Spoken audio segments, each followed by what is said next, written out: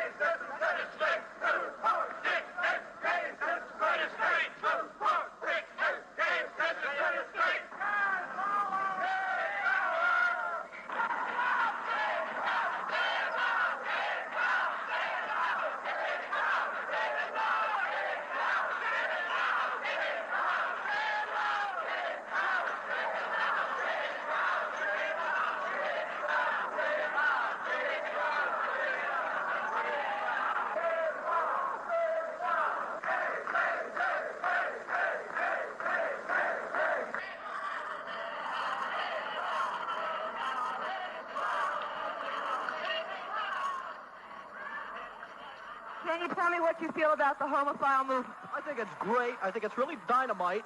And I think the only way to achieve it is through force and marches like this.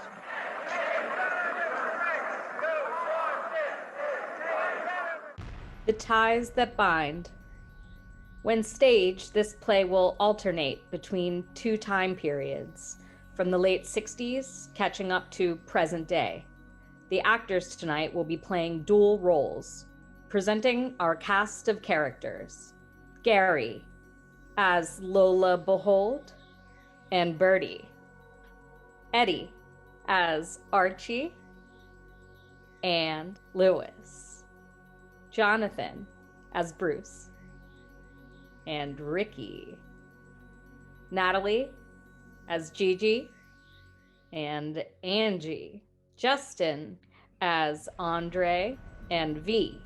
Juan as Vic and Gabriel. Hamid as Seth and Nurse Bobby. And I am your narrator, Hillary. The time has now come. Out of the closets and on to the stage. Act 1, Scene 1.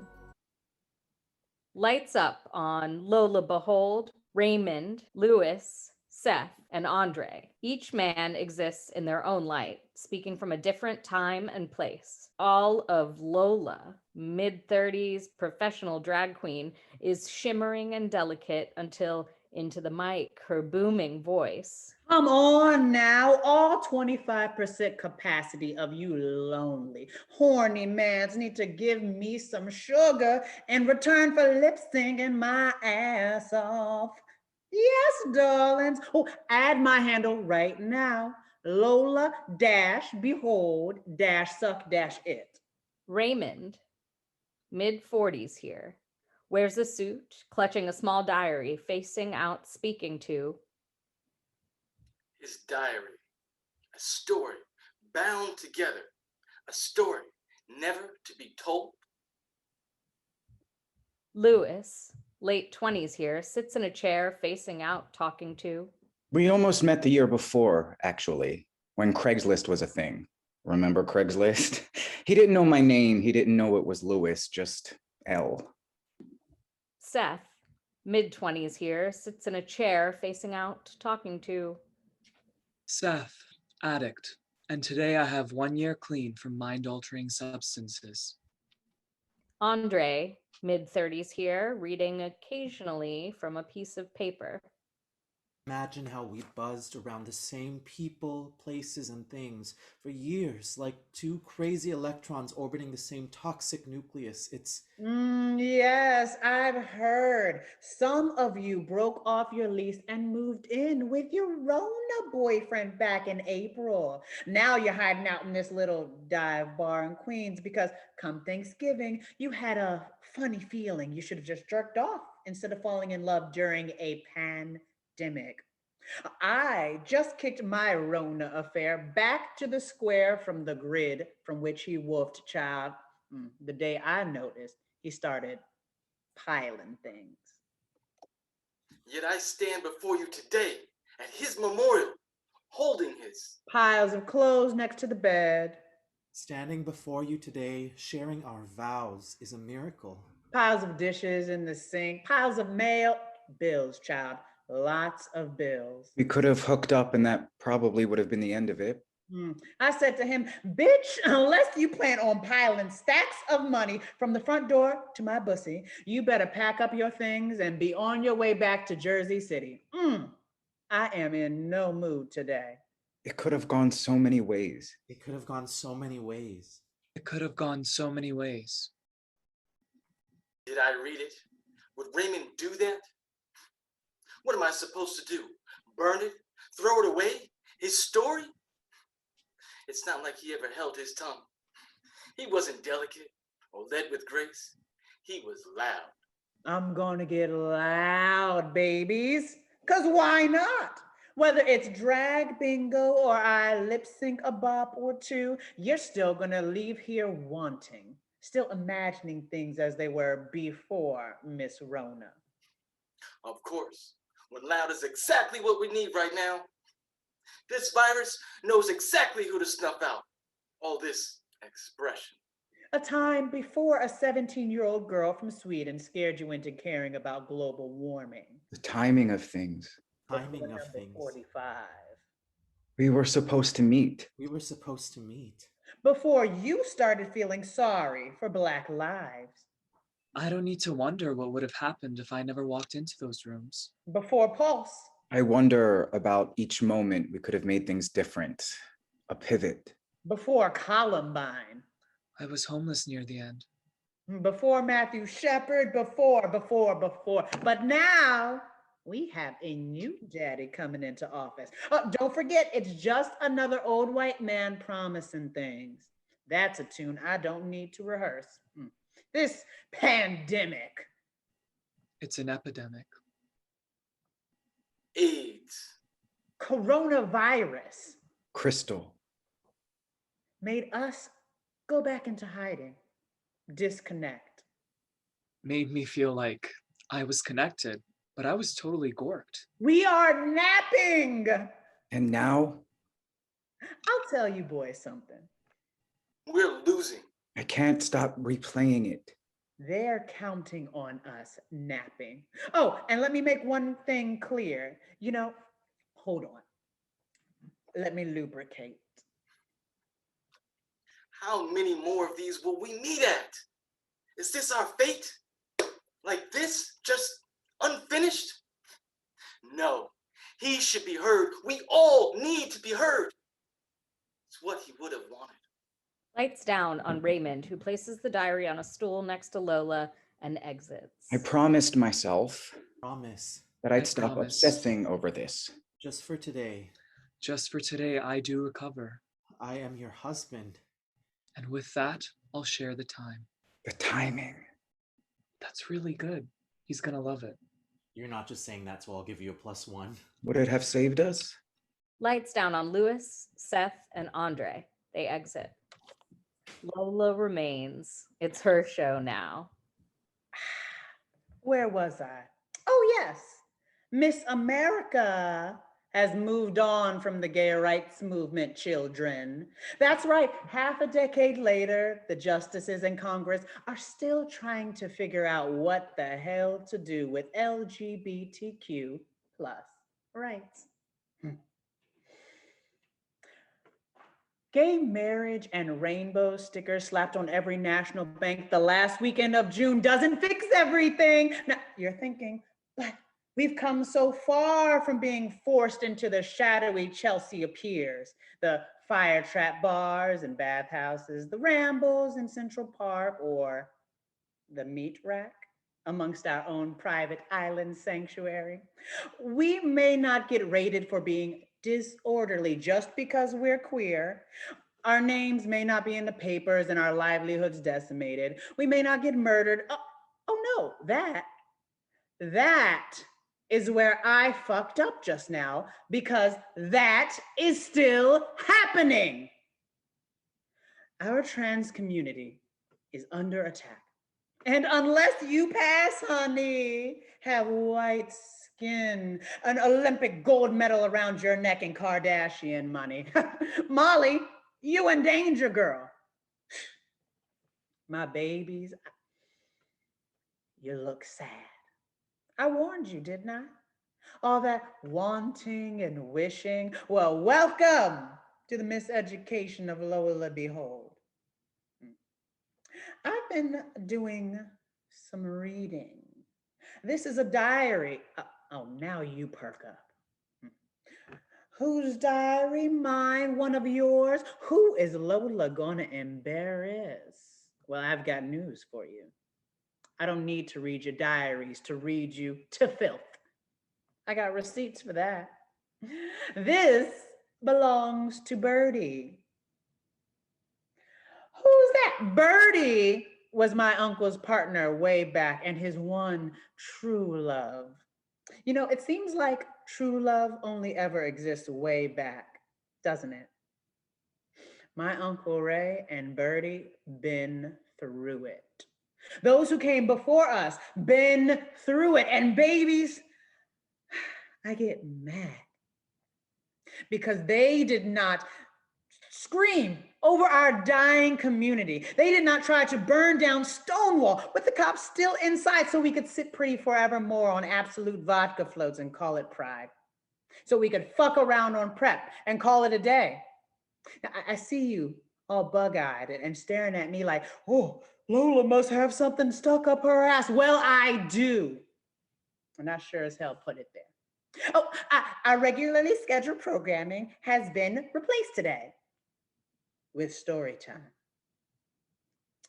I'm gonna read this diary to you. Mama Lola is reading you a story. So get off your asses and fill your drinks. Oh, and if you can't tip your bartenders, get the fuck out.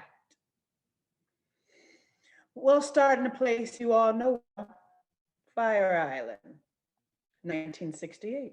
Oh, and remember, babies, if you haven't heard it yet today, Lola loves you, because in here and this bar, we're family. Lights fade to black. Scene 2. Just after midnight, August 25th, 1968. Fire Island, somewhere between the Pines and Cherry Grove, nestled in the barely moonlit paths on sandy dunes known as the Meat Rack. Here, we hear the sounds of waves breaking on the muddy shore. Shadow figures grope and moan. Archie and Bruce enter, both in their mid-20s, walking with trepidation. Something tells me we're not in Kansas anymore. Am I in?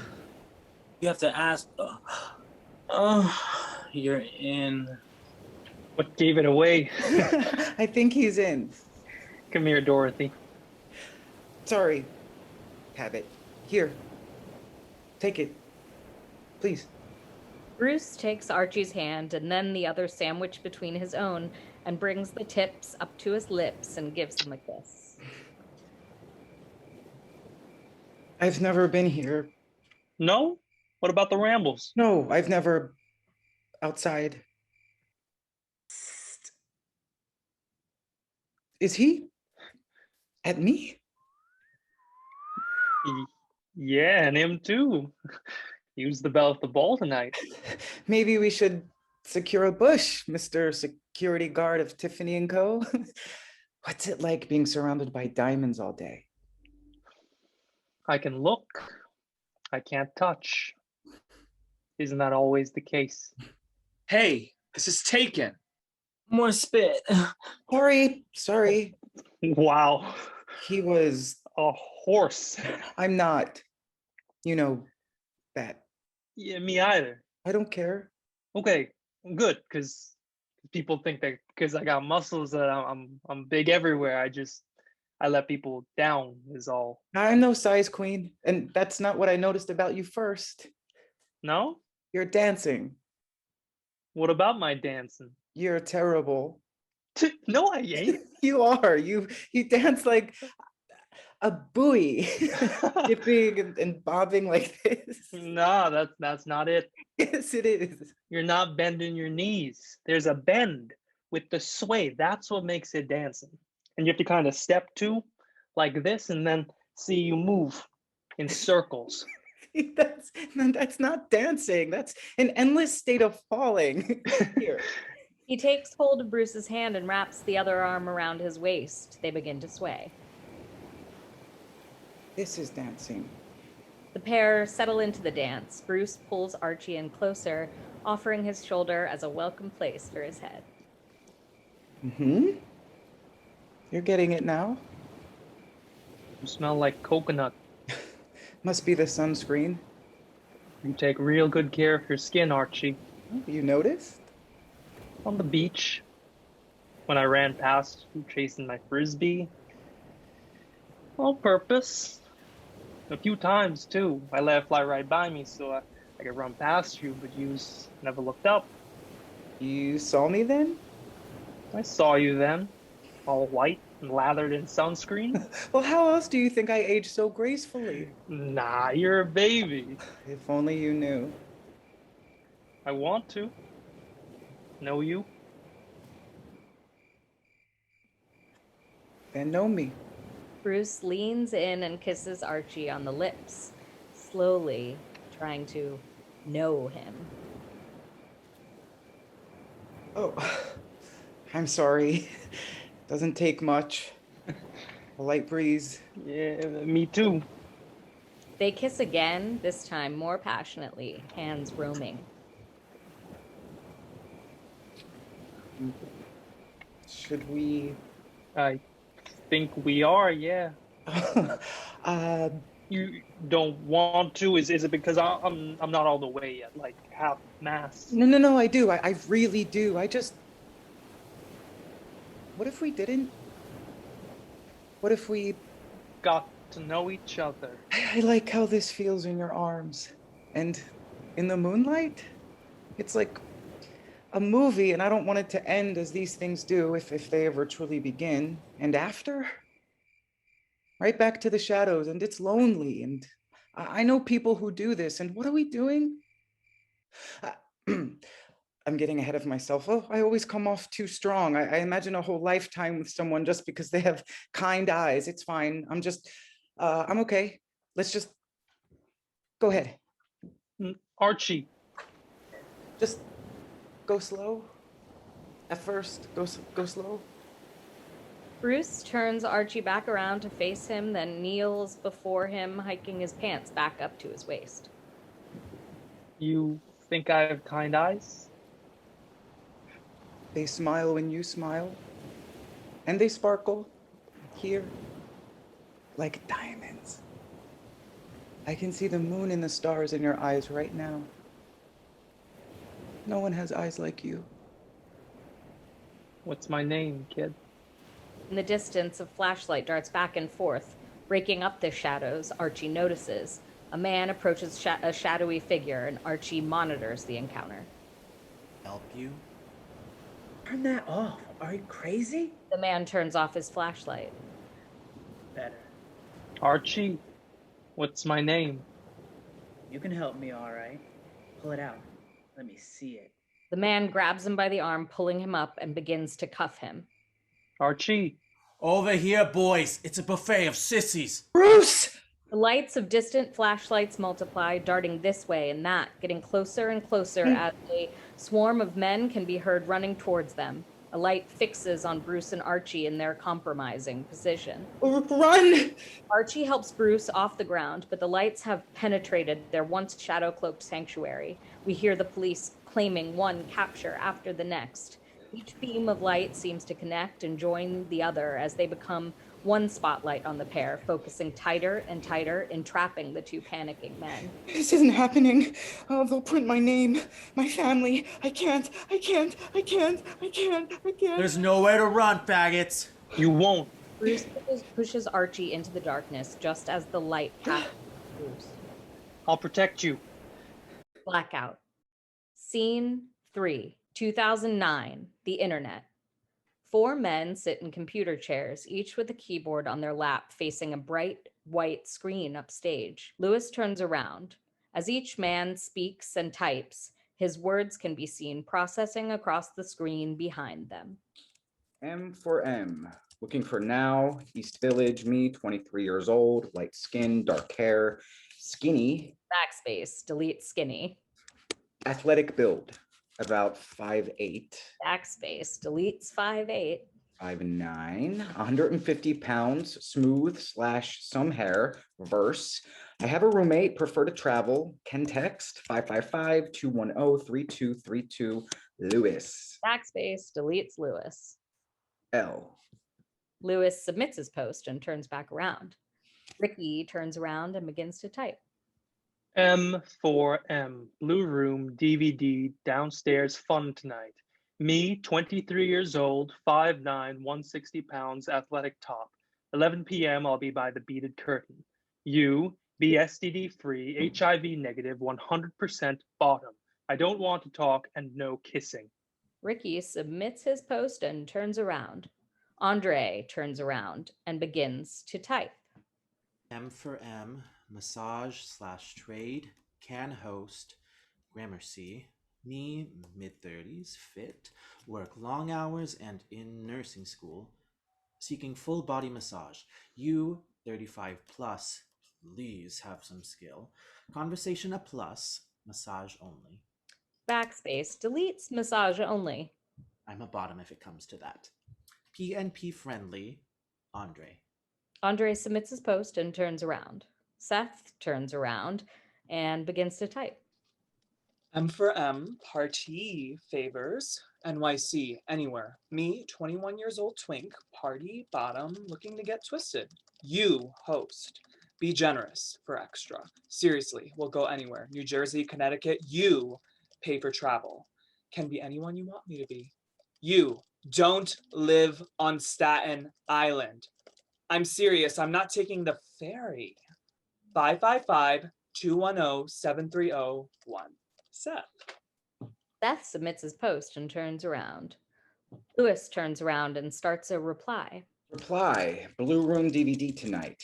I didn't know they had it downstairs. What goes on down there? I'm 23. Maybe we can get a bite after? Open to more than just a one-time thing. L. Lewis remains facing forward. Ricky turns around and replies. Reply, blue room DVD tonight. L, send pics now. Lewis takes his phone out, turns around in his chair. He stands up, drops his pants.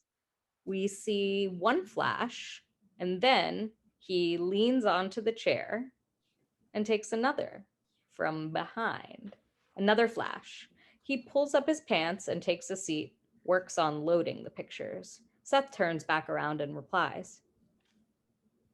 Bree, Blue Room DVD tonight. Do you party? I have favors. Let's meet. Sending pics. See you there. Be there. Seth. Seth gets up, exits, taking his chair and keyboard with him. Reply, blue room DVD tonight. For the last time, Seth, I don't want to party. Stop responding to my posts. Ricky submits and starts a new response. Reply, blue room DVD tonight. L, I like your pics. Maybe tonight isn't a good night after all. It's raining. Another time? Send me a face pic.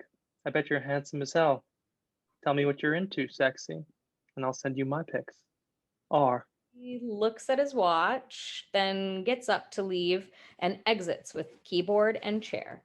The remaining men face forward. Andre is continuously clicking a single button on his keyboard as the screen behind them scrolls through posts. Lewis takes out his phone again and takes a selfie. Flash.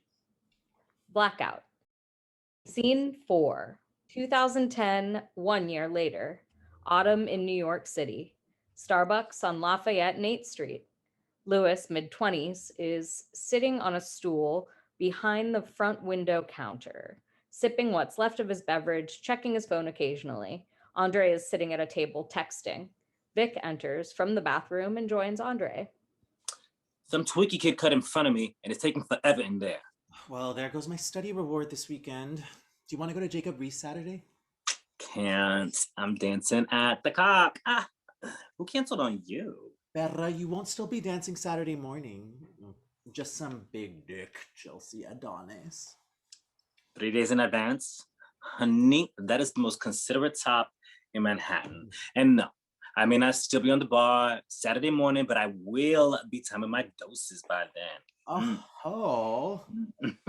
Come out Friday night. I'll hook you up. Actually, your guy from the Grove will be hooking us up. She ain't ever text me back. It's a new number. You want it? Seth enters from the bathroom. He's young, early 20s, skinny, looking worse for wear. I'm supposed to be studying this weekend. Andre, do you want it or not? Seth approaches Vic and Andre. Fine. You have any change? No. Seth approaches Lewis. Hey, you have money, like quarters, $1, or... Oh, yeah, sure. Lewis hands out a $5 bill. This is all I have. A 5, sweet. You're hot. What's your name? It's Lewis. I'm Seth. Seth checks Lewis from head to toe, giving him a wink before exiting to the street. As Ricky enters, Ricky, early to mid-20s, in great shape, donning big black sunglasses and a gym bag. Everything about him says high fashion. He scans the patrons, looking for... Got it? Sorry, are you... No. Let's go. Andre and Vic leave their table, heading toward the door. Don't you need to pee? After that baby crackhead? We're going to my place. Oh, please, Vic. I bet you $50 that boy has been to your place. They exit. Ricky? Yes, you're Lewis. Ricky approaches the empty stool beside Lewis. Yeah, hi. Sorry I'm late. I walked from my gym just over on East 4th. Oh, no problem. I barely waited. You finished your iced tea. I'm a fast drinker. Should I sit? Lewis removes his jacket, offering the stool next to him. Yeah, sit. Ricky saddles over the stool and slides himself in under the counter. He faces Lewis and takes off his sunglasses when he realizes... Whoa, I'm in your face, aren't I? You look familiar. You are very close. Sorry. Good? You could probably see right up my nose. Can't remember when I plucked last. No, but I can see the whole package now. Your person. So you're looking for a roommate? Yes. My ex-roommate, Claudia, she got pregnant. She's keeping it. Moving back to Massachusetts. Classic Papa Don't Preach story. Is that where you're from? No, I'm from here. Grew up in the East Village. You? Queens, Woodside. Is that where you're staying now? No, I have a room at the Y on the Upper West. No closet space, so yeah. You look so familiar. Do you hang out around here? The usual spots, more so the West Village circuit, Pieces, The Monster, Rock Bar. Love me some Duplex. Oh, okay. So we're homos. Yeah. Okay. Cool. Are you into musical theater?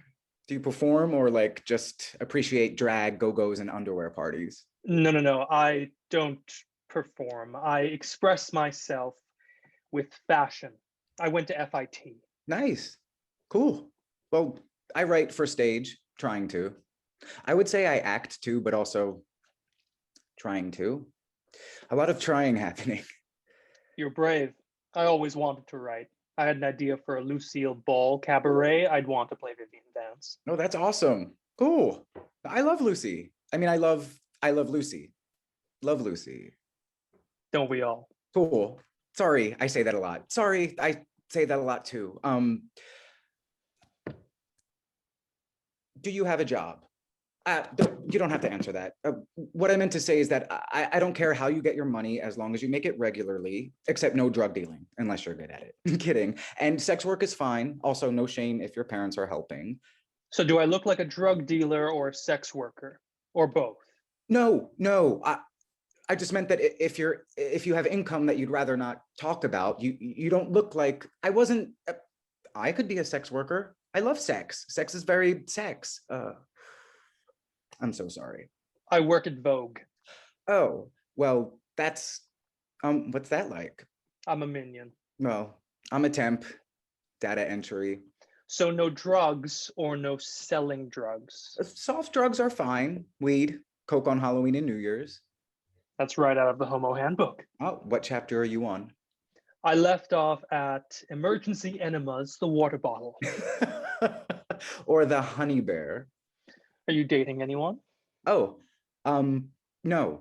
Are you? Should I expect a third person using up the hot water? Nope. Yeah, it's bleak out there. You seem likable. Oh, thank you. I'm okay. Standard. People just seem to, people who like me are usually jerks or sad jerks. So down and out, sunshine. I'm just in the I give up phase. It's a seasonal phase. It's not serious, like allergies. Allergens include being ghosted or lied to by someone I thought would be the one just because he had kind eyes. I'll get over it. I watch enough Sex in the City to reinvigorate my love of both men and Manhattan, all while participating in the slutty phase, followed by the sad phase around the holidays, of course, and get back on track in the spring. This is all in the handbook, by the way. I think you have a newer edition. So, job, check. Check. Typical schedule? Mornings into evenings. Evenings can turn into mornings during fashion week. I have weekends off, so I usually go out Friday and Saturday nights. Pets? Just these sick pythons. That was so stupid. I'm just on this fitness journey, and it's changing my wardrobe in a very exciting way, and apparently my sense of humor in a very bro-rection. No pets. I'm nervous too. Oh, I'm not nervous. Oh, well, I guess it's just me then. I'm in control of people's future. It's a lot of power. You're doing really great. Thanks. Judges, 10s across the board. Okay, last question. Give it to me. Well, if you could be any inanimate object in the world, what would it be and why? Seriously? Mm-hmm. This is fun. You're fun. Any object. Yep. A locket. Like the necklace? Yeah, the kind that opens up and people put little pictures or little messages in them. Like Little Orphan Annie, but white gold and not heart-shaped, oval. Okay. Why? Because lockets are always important to people, you know? I want to be that special to someone, make them happy, make them feel loved just by being near them, be close to their heart. Oh, and it should be long chain. I know I said by the heart, but maybe right below the rib cage here. And it should be about an inch in diameter, the locket, a showpiece. Yeah, I like that. That's really beautiful. Yeah? Yeah. Thank you. So how's that list? Right. Comparatively, even if you were a drug dealer, which I haven't denied, right, you're still the best of the candidates I've interviewed all week, and I'm going with my gut here. Always trust your gut. Yeah, well, mine doesn't have the best track record, but we clean our own dishes, buy our own food, and the living room is a shared space, so feel free to decorate it, just keep it clean. Is that a formal offer? Yeah, it is. Deal. Yes, thank you. Oh my God. Do you want to see the place? We can walk. Yeah, but I trust the pictures. Oh, that closet. I need a closet. I say yes. My answer is yes. It's your closet. I should get you something, a coffee as a thank you. Do you want? Roomie, I actually need to use the restroom real quick. Do you mind? No, go ahead. Great. I'll watch your stuff. Yeah, right. Okay, yeah. Okay. Great. Yeah, I'll be right back. Lewis exits to the bathroom. Seth enters again, along with two patrons who take the table. Seth approaches Ricky. You have $1. No, sorry, I don't have any cash. Well, can I sit here? It's taken. He's in the bathroom. Come on, there's nowhere else to sit. Yeah, well, he's in the bathroom, so. If he's not here in 3 minutes, I'm sitting down. Seriously, this is his bag. Why would I have 2 bags? Dick. Seth walks a few feet off, but keeps his eyes on the empty stool. Ricky keeps looking back at him until Lewis enters from the bathroom, reclaiming his seat. Seth rolls his eyes, then exits to the street, flipping Ricky off as he passes the front window. Did that guy just give you the finger? Do you know him? I gave him money. No, but he was totally gunning for your seat if you didn't come back. But my bag is here. Thank you, by the way. That's what I said, and you're welcome. Afraid I was going to steal it. No, I've seen the rooms at the Y. You need a place to live. Oh yeah? How's that? Late night showing? One night only. Honestly, that's one of the best ways to see real estate. Fair trade. Right? I've seen some big closets. I bet you have, sunshine. You want to go get a bite to eat somewhere? So, time out. I did some digging, and I actually have to show you something. Oh. Should I be scared? Digging? Oh God, did you find my old Zanga? No, but please put Zanga blog on a shelf because I definitely want to revisit that. And well, scared wasn't my journey, but I figured out how I know you. Oh, well, that's cool. Where? How did... Ricky puts his phone between the two, waking it up, showing Lewis the screen. Whoa, it's why are you showing me this? Lower that, please. I mean, it's nice. Or wait, is that you? It's definitely a nice one. Scroll up. Oh. Okay, stop scrolling. And that would be... Yeah, that's... You and your, congratulations. When was... I'm sorry, did we ever... Almost a year ago. Craigslist. We didn't. As you can read, it was raining. Lame excuse, I know. Huh. So technically, we never met. And we never got to... Fuck. Right. Can I see that again? Not the pictures. Can I see what I wrote? Your face. I had a feeling when I sat down. I don't know. I figured maybe... Well, I filtered my emails using your address and bingo. Wow. I wrote a lot. I had a lot to say. This is very, very slutty and really well written. You had a very clear beginning, middle, and end. I mean, I was into it. Yes, you were. Okay, that's probably enough. Right. Because if we're going to live together, or should we live together? Huh. Unless we agree right here and now that all of that is not happening. Yeah, totally. Of course. Off the table. Right. Because I wasn't thinking about any of that before. Were you? No, definitely not all of that. I mean, I was like, wow, he's very attractive because... Oh, well, yeah, same. I mean, I definitely thought that too. I mean, look at you. But not like that. Yeah, no. Yeah. I'm kind of thinking about it now. Yeah, well, of course, it's still fresh in my mind. I mean, it's like someone telling me not to think about the color yellow or a banana. Of course, I'm going to see a banana in my mind. A banana, huh? Oh.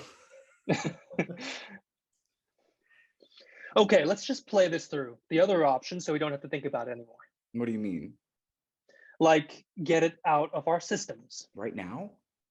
Not actually. No, like, say we don't live together. That frees us up to... Do that. Right. So hypothetically, we meet up Friday? Saturday is better, actually. Okay, but it would have to be evening. I can do evening. We can get drinks. I could do dinner. Oh, sorry. I didn't know what time we'd be meeting. I could eat if you're hungry. 7. Yeah, that works. So dinner at 7, then drinks, or dinner with drinks, and then? Walk? Right, the walk. But obviously, I'm just taking you to my place. Oh, that's smooth. Sneaky. Right? But wait, we walk all the way to the Y? That's quite a walk. I think I figured out where we're going by then. Oh yeah, totally. But you're cute and play coy. I do? Oh, yeah, I totally do. So we both get there, knowing why where we've been heading and why. And we have to pee. Oh. Small bladder. Okay, yeah, sure. So we have to go upstairs and pee. Right. I let you pee first because you're now my guest. Thank you. I really had to go. But sometimes it's like nervous pee because I'm excited and I don't really have to go. So don't be weird if I take a while. You're a little weirdo. I am. And then I go next. And when I come out, you're like, give me the tour, because that way you have to lead me to your bedroom. See, I can be sneaky too. Well, actually, the bathrooms are communal and my room is literally just the room. So. Oh, right. I have you in a proper 1-bedroom in this fantasy, but it's over a fish market, which is why you need to move. Remember, this isn't fantasy. This is one possible outcome. Otherwise, I would have had more money and gotten us a taxi. Right. Continue. So I take you to my room and we just start going at it. Oh, no more coy? Well, no. I mean, you basically wrote the next part. You were pretty explicit about getting right to business.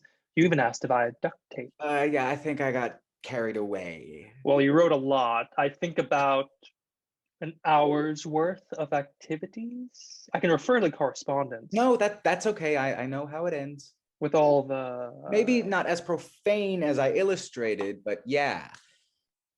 Definitely in that position. I'm fine with that. But I think my legs are going to get tired. Would you mind getting on top?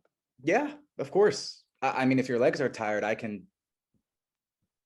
Yeah, I can still... That's fine. So we've both, and we're laying there. Well, you dismount and we're laying there. It's over. I kind of want to shower. I like to shower after and alone at first. You can join in a few minutes. It's just, there's a lot of gas afterwards for me, for someone in my position. Well, my shower is communal. Oh, right. Yeah, so we'd have to leave the room. Oh. And the bed is small, so... I'd have to leave. Yeah. I feel so... I mean, it was good for me. Oh, no, yeah, it was definitely good for me, too. But I don't feel... To be honest, I feel a little used, which isn't a bad thing. That can be hard. Usually I'm the one who... Anyway, I just didn't expect to feel that way with you, You're so sweet. I think it's the part where, the part where you wrote... Oh, I mean, I've never actually done that part before with anyone, ever. It's not bad. It's just, I just don't think I have any Crisco. Oh my God. I just think if that were really to happen, it says... Yeah, I get it. I feel like, I don't think we call each other again, do we? No. And we don't ever know our real last names. It's Lewis and Ricky Craigslist, or Ricky YMCA and Lewis Duct Tape. Oh, God. Still thinking about the banana? No, you. I'm kind of thinking about how badly I need to pee. Do you mind? No, of course. Go ahead. Ricky hops off his stool and exits to the restroom. Lewis pulls out his phone and starts swiping until he finds the email exchange. He obviously has selected a picture and is enlarging it. His eyes go wide. He looks back toward the restroom, then back to his phone, rereading what he wrote, reacting with some satisfaction.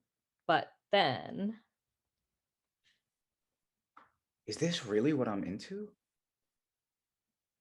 Blackout. Scene 5. 1968, New York City, Thanksgiving Day, Birdie's apartment. Gigi, early 20s, a steel magnolia, wild hair and hoops in her ears the size of her bangles, dressed casually, removing the sheets from the couch, folding each one before placing them into a small drawer at the end table. Upbeat music can be heard playing behind the curtain. Gigi is singing along, adding her own riffs, pausing to drink wine from the bottle. She can really sing. Birdie, I'm gonna help with this fitted sheet. I can never fold these things. Birdie! Gigi takes the bed pillow from the couch and throws it at the closed curtain behind her. Girl! Incoming! Music stops. Hey, that was my song. You may be the songstress, but I am the diva, sugar. Oh, for Christ's sakes, just make your entrance already. Birdie, mid-20s, in one of his characters, emerges from behind the curtain, sporting an elaborate beaded Nehru jacket with a mandarin collar, flowy slacks and heels. He takes a high flamingo-like step over the pillow and spins like he just got enchanted by a fairy godmother. You rang. Sure. Whoever you are today, you're gonna help me with this or not? Why, cousin, did we let the help go early for the holiday? She's right in front of you, making up the couch for your guests. Mrs. Here. Because, little cousin, I have to say, I think the staff is stealing the silver.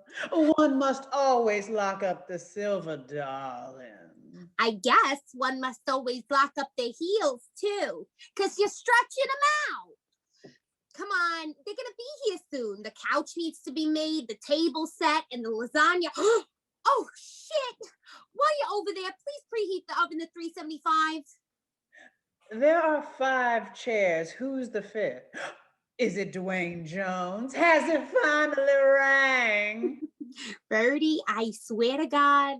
Damn it, Gigi. I'm just playing a little bourgeoisie. It's a new character for my set. I imagine Sharon's with Elizabeth Taylor. Well, please come and fold this sheet so our esteemed guests, Dwayne Jones and our friends, have somewhere to sit. That's the spirit. Really, though, who is this mystery guest? Do I need to change my shoes? In my own home. A manly man shoe. Sturdy, flat, macho. You're fine. Just stay out of the view when I open the door. Your neighbor, Mrs. Kane, is on to you. She thinks it's me singing Hello Dolly in the shower. And what a lovely range she must think you have. So deep, so smooth, so iconic. Is that right? Isn't the sheet supposed to look normal, like have 4 corners all of a sudden? It's an illusion, dear cousin. Just like me. Fine. Make some corners happen and put it in the drawer over there and here. I don't think you want everybody reading your diary. They'd be so lucky to know what I have to say about them. Everyone could use an honest tune-up these days. Birdie finishes folding the sheet and puts it away. He then places the diary under the mattress behind the couch and draws the curtain closed. Re-enters the living room, spinning once again, waving to an imaginary audience. Gigi is in the kitchen, fussing with the lasagna. Set the table, will ya? Yes, fine. Oh, you didn't preheat the oven. Birdie struts to the table and begins setting a small stack of plates. You didn't answer my question. What question? The 5th chair. Every year we have you and me. That's 2, plus Archie and Raymond. That's 4. There's a 5th chair. What misfit have we inducted into the Lost Ladies Thanksgiving? Oh, no. It's not Sydney. It better not be Sid. Are you seeing him again? Did you fall on your head? Are you out of your damn mind? No, it's not Sid, that bastard. The phone rings. Answer that. All right, but you're gonna answer me soon. That man thinks you're his punching bag, weak ass, dead ass, coward mother. Good morning, Dawson's residence. Hello? 1 o'clock. Hello? They hung up. It's 1? Oh, they're gonna be here soon. We aren't ready. Dear Lord, I ask you for the strength. Please don't let me commit a mortal sin upon my cousin. So I pray for patience. Yes, And Lord, please. He ain't on the other line. No one's on the other line. Look at me. Look. Who is this chair for? A knock at the door. Gigi waves Birdie off behind the curtain before approaching the door. Once hidden, Gigi takes a peek, then opens to welcome. come in, come in.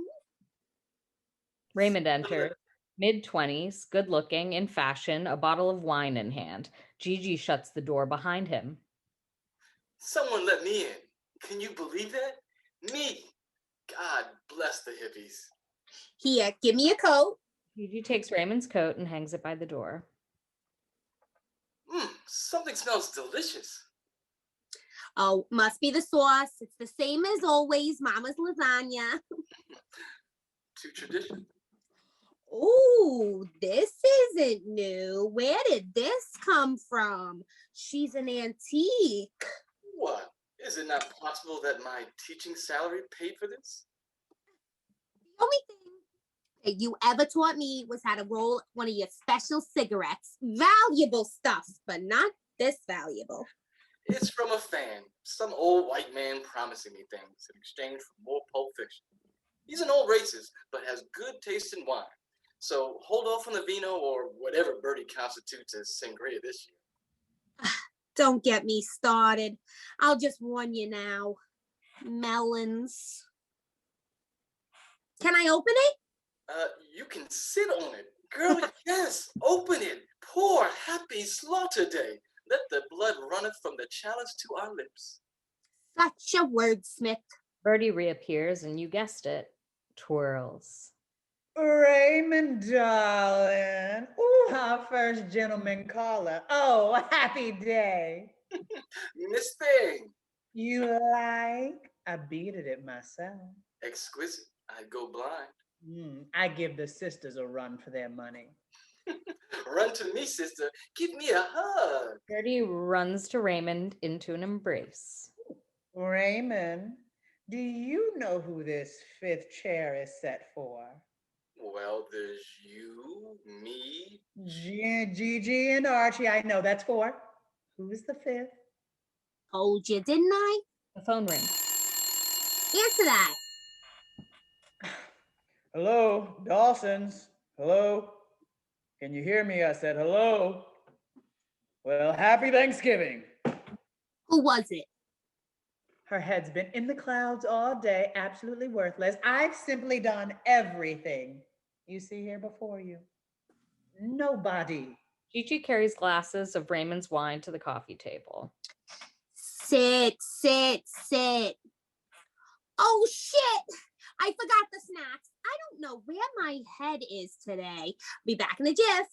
Gigi returns to the kitchen where she notices lasagna and puts it in the oven, then begins to make a cheese plate. I told you she had one job. Snacks. Oh, you ain't fooling no one. It's fine, Gigi. Don't want to fill up before dinner. It's okay. It's been so long. How is the city of brotherly love? You getting any love, brother? Or are you still hung up on me? Birdie, Please, I know it was a one-time thing. I don't think about your smart ass either. I have a fine rotation set up. You should see my Sunday caller. His wranglers barely make it around his thighs. So don't you worry about us. we never really talked about. Oh, if only the San Remo Cafe walls could talk. But lucky for you, the San Remo closed last year, and with it, our love story. Well, there goes the neighborhood. So much has changed since I've been gone. Mange, mange. To family.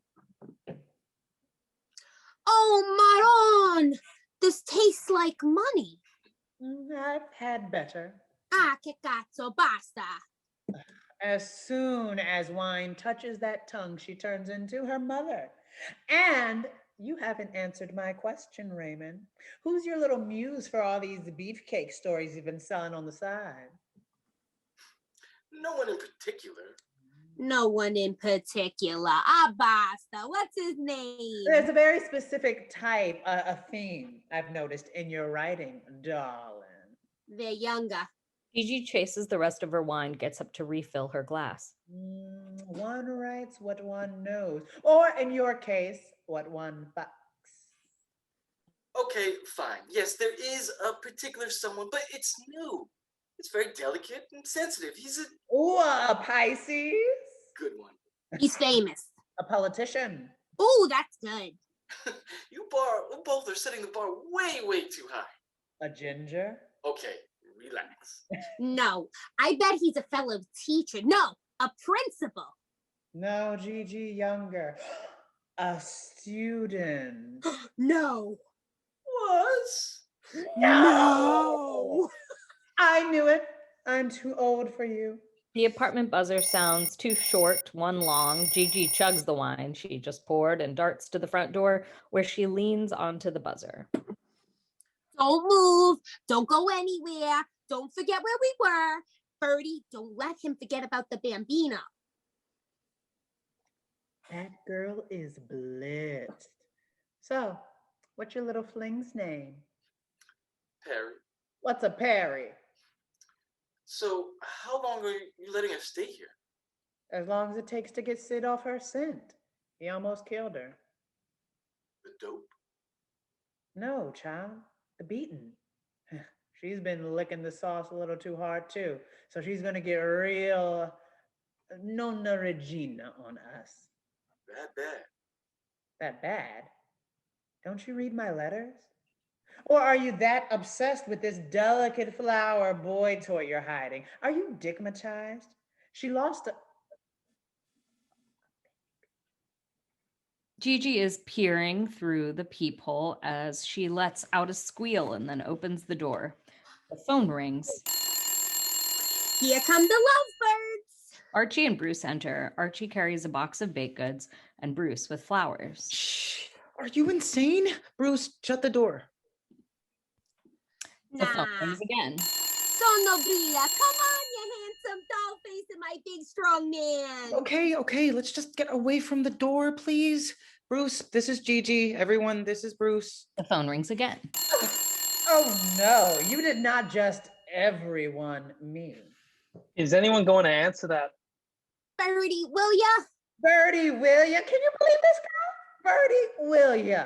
Phone keeps ringing. Birdie makes his way, but without a pit stop, to Archie and Bruce. I'll tell you what Birdie will do. I'll throw your ass on the street if you tell me to answer the damn phone one more time, letting it ring. But I am not everyone. I am Robert. It's Birdie. Well, see, I don't know him yet. Archie, Mr. Fifth Chair, you better be something special upstaging my beadwork, Mr. Mystery Man. Hello, Archie. Raymond! Dawson's. Hello? Hello? I hear you breathing. What joke is this? You some kind of pervert? You like making a lady run in heels and sweat just so you can hear her panting on the phone? Does this turn you on? Birdie, hang up now. Hello? Oh, they hung up. Can you believe that? Birdie, are you nuts? Scusi for moi? Oh, now she's French and Italian. Yeah, for you. Oh, what are they? Carnations. I love carnations. No, she don't. Oh, thank you, Bruce. I'll put these in water. Archie, could you put those in water? And what are those? Cannolis? Plate them, put them on the, bring them to the, and put them on the table. So, Bruce, what do you do? Tell them how you met. I work for Tiffany's. As in diamonds? Yes, Birdie.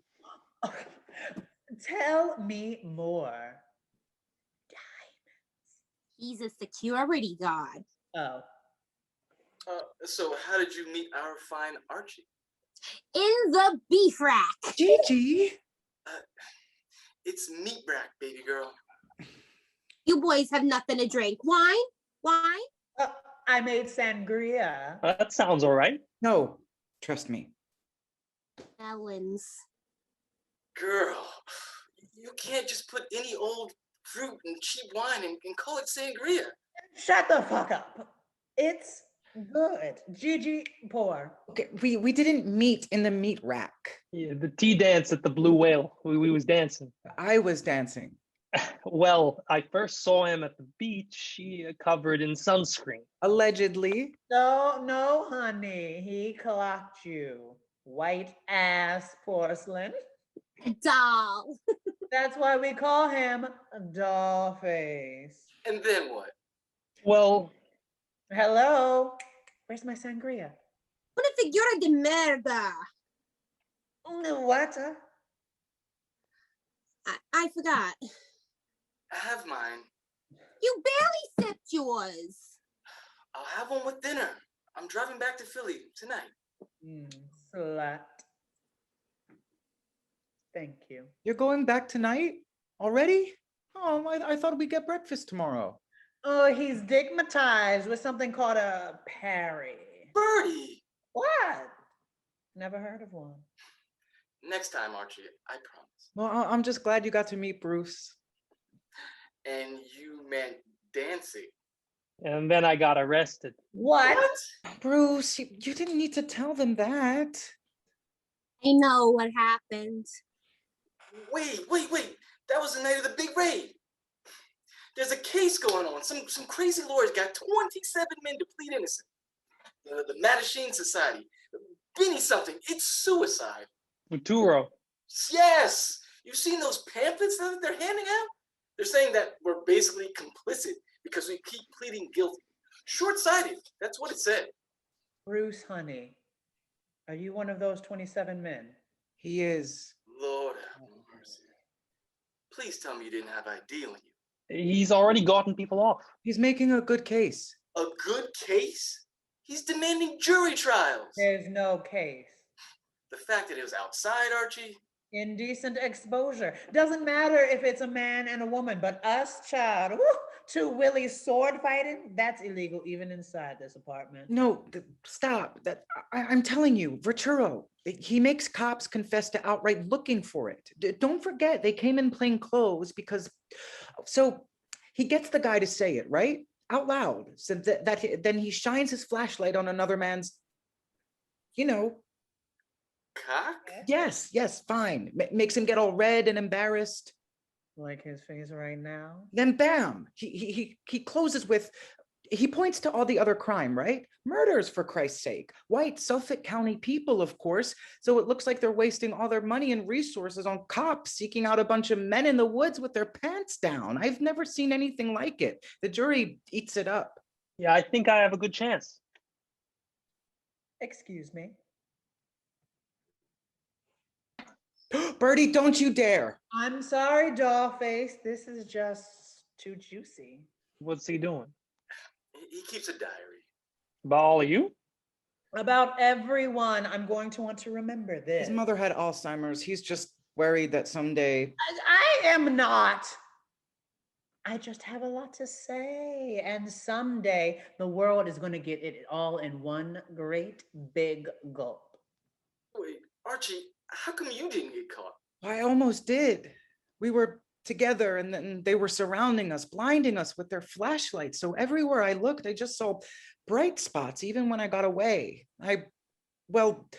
Bruce, he threw me kind of. I didn't do anything. They were all around us and not just on foot. I saw headlights. My only sense of direction was the light flickering at the top of the Belvedere to warn us. A little too late. So I threw him. I just hoped he'd crawl off somewhere, hide. I didn't think I'd ever see him again. Didn't even have your number. Dollface, what did you do then? I hid. I made my way to the water and I just sat there in the muck, in the mud of the bay until the sun came up. I couldn't move. I didn't know when it was safe. I just imagined my whole life going up in smoke. The cops, they're giving out names to reporters where we work. If my mother knew, my job, if anyone knew, I was freezing and disgusting, covered in slime, and I kept playing it over and over, how it was my fault that Bruce would get caught, and I was the one that yelled run, but I couldn't move my feet. He probably would have gotten away if he wasn't saving me. You barely knew me. I wanted to know you. And now you do. They kiss sweetly. Woohoo! Girl, are you getting this? Clutching my pearls. Okay, so wait, how did you two find each other again? The timer on the kitchen counter sounds off. Hiya, Birdie. Can you believe this one? That ain't the damn phone. Telefono, grazie. Beef rack. Oh. Polly need a cracker and sober up. She's out, Birdie. Well, get up, boys. Lay her out there on the couch. Raymond, there's a sheet in that small drawer there. Tuck her in. My cousin needs some rest. Besides, my lasagna is ready. So you better direct all kisses to the chef right here. Yes, we are in for a treat. They're really cousins? Would it make a difference? This is the family we chose. The boys tuck Gigi into the couch and take their chairs back to a mock dining table and seat themselves. Birdie carefully carries the lasagna to the table and places it in the center before taking a seat. Shall we say grace? The phone rings. Jesus Christ! Blackout. Scene 6, 2014, late May, LGBTQ Center, Greenwich Village, New York City. Vic and Andre are folding and stacking a small remainder of chairs. Well, that was record timing. I told you, last week of May, don't need as many chairs. Room cleared out fast.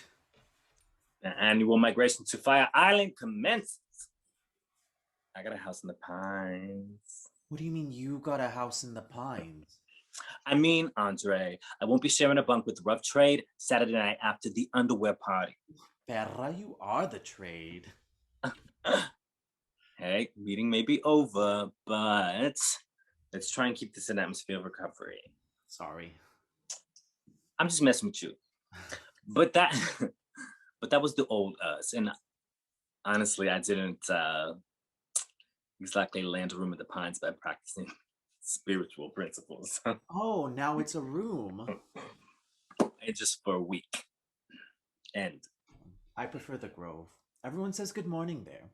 Good morning, good morning, good morning, good morning. You can't walk 10 feet without saying good morning to every perfect stranger and dog on the way to Floyd's. The Pines. You watch and be seen. Cherry Grove is too Pleasantville. That early, I just want to look straight ahead and be on my way. Vic, that's what we do here all damn year. It's nice to lose the catwalk strut and see people. We need that. Keep it in the eye. From my experience, I need that. Happy? I am starving. I need something to eat. Are you going to the diner? I don't feel like splitting a big check with everyone. Want to grab sushi on 8th? I need to head home. I have a date tonight. Oh, really? Well, that's good. Good for you, getting back out there. Honey, I've waited 12 months for this date. I'm ready. My body is ready. I can't wait. I told my sponsor I don't think I can make it past 6 months. One day at a time, Andre. Just for today. Just for today, I'm an abstinent, former insatiable bottom. I still get body massages, though. I find that it quenches my need to be touched, but in a safe environment. Where? Allen Street. Girl! I love a handsy massage. Seth enters, unseen by the boys who have finished putting away the chairs, now collecting their belongings. What about the massage guys at the Ice Palace? Same. I'd leave a wobbly. One time I fell right off the walkway back to the house. I was always so scared that would happen to me. How far down does that go? Deep. I took a girl with me. Both of our hands reached out of the woods like we just clawed our way out of the grave. Her man pulls us out. Mine was still laughing. And this girl, she looks at me all googly-eyed and she's like, I'm a third grade teacher. I make the future. Then disappears into the night. Ah, those nights. Oh, glorification. Very good. Well, as for Allen Street, better than what I used to invite home from Craigslist. Noticing Seth. Hi, hun. Hi, There's another meeting here at 6. Well, are you looking for something else? This was the end of the line, sweetie. No, he was here. You were in the meeting. Yeah. Oh, I'm Andre.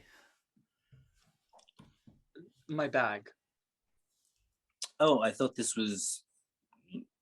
It's mine, I swear. I believe you, honey. I'm Vic. Do you want to grab some sushi? I thought you had to get ready for a date. Always time for a newcomer. Besides, if I skip the shower, I won't be able to have sex, and I'll have to get to know him. Self-sabotage in pursuit of a healthy relationship. Recovery hack. What's your name? Seth, look, I just came back for my bag. I didn't mean to be here. It was a mistake. But are you hungry? It's okay if you didn't mean to be here. Nobody means to be here. No, really, I don't have any money anyways, and I have a thing soon. Now, that I need to get to. Well, hey, that's fine. We treat, of course. We can get burgers instead. Cheaper, no hassle. Hell, I just want fries. I don't belong here. Okay? It was a mistake. Like I said, I'm not lying. I just came back for my bag and I have it. I'm not like you. Sorry. Seth exits. Not like you. I was him. 5 months ago, I was him. We were all him. Oh, was I too pushy? I fucked up. No. Hey, he took an inch. Maybe next time. They're ready to leave, start heading towards the door. I just get so sad when they leave. Could anyone get through to you? Do you remember your first meeting? Strangers wanted to buy you burgers after. The anxiety alone, like voluntarily attending a party where I don't know anyone? No, thank you. Vic. What? It was when I finally saw you at a meeting. That's when I stayed. Knowing each other out there, using, and then seeing you in here made it real. I knew I belonged. I never thanked you for that. Oh. Well, I just showed up, even when I didn't feel like it. Show up. Show the newcomer works. I'm glad you stayed. What made you stay? Well, I suppose 3 months of rehab didn't hurt. Yeah, I don't know. I made friends with these guys in my sober living house.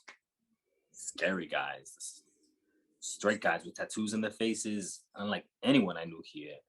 And because we were all just trying to be better, I was like their gay little alien from outer space. Hey Vic, tell Dan what you told me. Tell him what a cock ring is. And Papa's. You're joking. To say we were different was an understatement. And that was kind of meaningful. I didn't want all of that to be for nothing. You know, somehow I found myself there. And I had something to protect when I came back here. That's why I stayed. I want to feel that. You don't. Well, it comes and goes. There are things I want, like to finish nursing school. I just feel like a fraud. What I've done, the things I think about, like I have no business helping others. I'm ashamed. Okay. Guilt, sure. We admit the exact nature of our wrongs. But shame says, I did something bad, and that makes me a bad person. Our self-worth, our identity is not defined by an action. Andre, we are people who came into this world being told we were wrong, that it was unsafe or unacceptable to be just as we are, as gay men.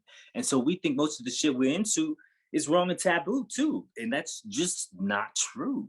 And yes, we are people who have actually done things that hurt others, but most of all, ourselves. But we came back from that, you and I. You're here helping putting away chairs for what? Nothing?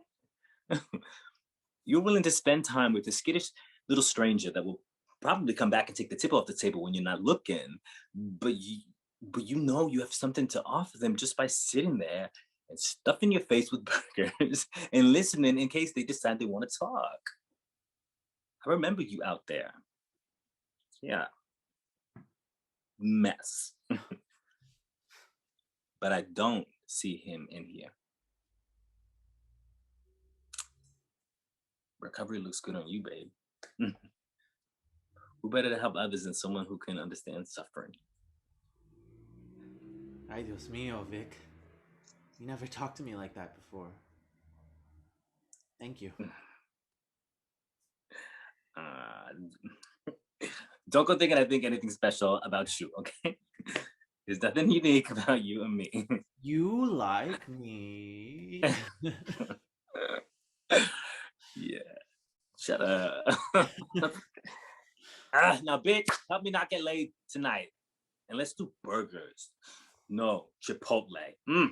That'll really seal the deal. Ooh, you nasty. Vic turns off the lights. They exit. Blackout. Scene 7. 2010, New York City, Thanksgiving Day. Lewis's apartment. Lewis is horizontal on the couch while Ricky mirrors him, but on the floor with 2 large pillows supporting him, he's casually dressed, but managed to wrap himself in a fur stole. Between them is a coffee table littered with empty dishes and platters with food scraps. Angie is behind them in the kitchen, making her first round and clearing the table. Why? Why what? Why did we make so much food for 3 people? We? You. Sorry. Seriously, what would you 2 gaybos have done without me? This was so great. I haven't enjoyed Thanksgiving, and this was nice. Well, we don't usually do traditional fare, but Lewis thought you might like that, and he paid for the food, so what Lewis wants. I just wanted to see what the big deal is. I put the leftovers in little containers for your dads. I should call them, although this is cutting into Bruce's nap time. Takes out his phone and dials. It rings. Hey, Archie. Voicemail. Hi, Dad. Angie says hi. I just wanted to say happy Thanksgiving. Actually, no, I'd like to point out genocide in stolen land, but I am grateful for you. Love you. Saved you leftovers. Bye. I love the way you talk to them. Fuck the Pilgrims. We never really did Thanksgiving. Archie always made lasagna. I love that you call your parents by their first names. That's so Gossip Girl of you. You're such a Serena. You could have made the lasagna this year. The one you made my first night here? You made the lasagna. And? Just saying. That's a lot of work. It was chef's kiss. Anyway, are you going to call your parents? Oh, no. I mean, they're probably just sitting down to eat. I'll call them later, sunshine. My mom's working until 8. Mind if I bring her the rest of this turkey at the hospital? Oh, but how will we survive the rest of the week? Cute. Oh my gay. Prince William and Kate Middleton are engaged, and the royal wedding will be in April of 2011. We get a royal wedding? We do, girl. I remember Diana's. I thought I could grow up and be a princess. Hey, Harry is a lady in waiting, but you'll have to pry my hands of that red hair. I bet he's good in bed. All that trauma. Angie. No, she's right. Sad boys make for happy fucks. Oh. What? He proposed with Diana's sapphire and diamond engagement ring. That is so romantic. Or morbid. It wouldn't make you kind of sad looking at it all the time? Royal sapphire. Royal diamond. No. I can't wait to see her dressed. She is so classy. I want to design it. Oh, I hope they don't cover her up completely. She's got a killer body. Ricky's phone vibrates. It's on the table face up now. Lewis sees who's calling. I would give her an open back, cap the shoulders with lace, a conservative scoop neckline, but low enough to accentuate her cleavage. Maybe feathers. Your phone? It says Dad? Ricky grabs the phone and silences it. You're not going to answer? Well, he's probably... excuse me. Ricky quickly exits to his room. That was weird. I guess. Well, what do you know about his parents? Nothing, actually. I'm not going to pry. Well, what did he say about not spending the holiday with him? Just that they wouldn't mind? Interesting. It's not interesting. Stop. Fine. But Lewis. Quiet.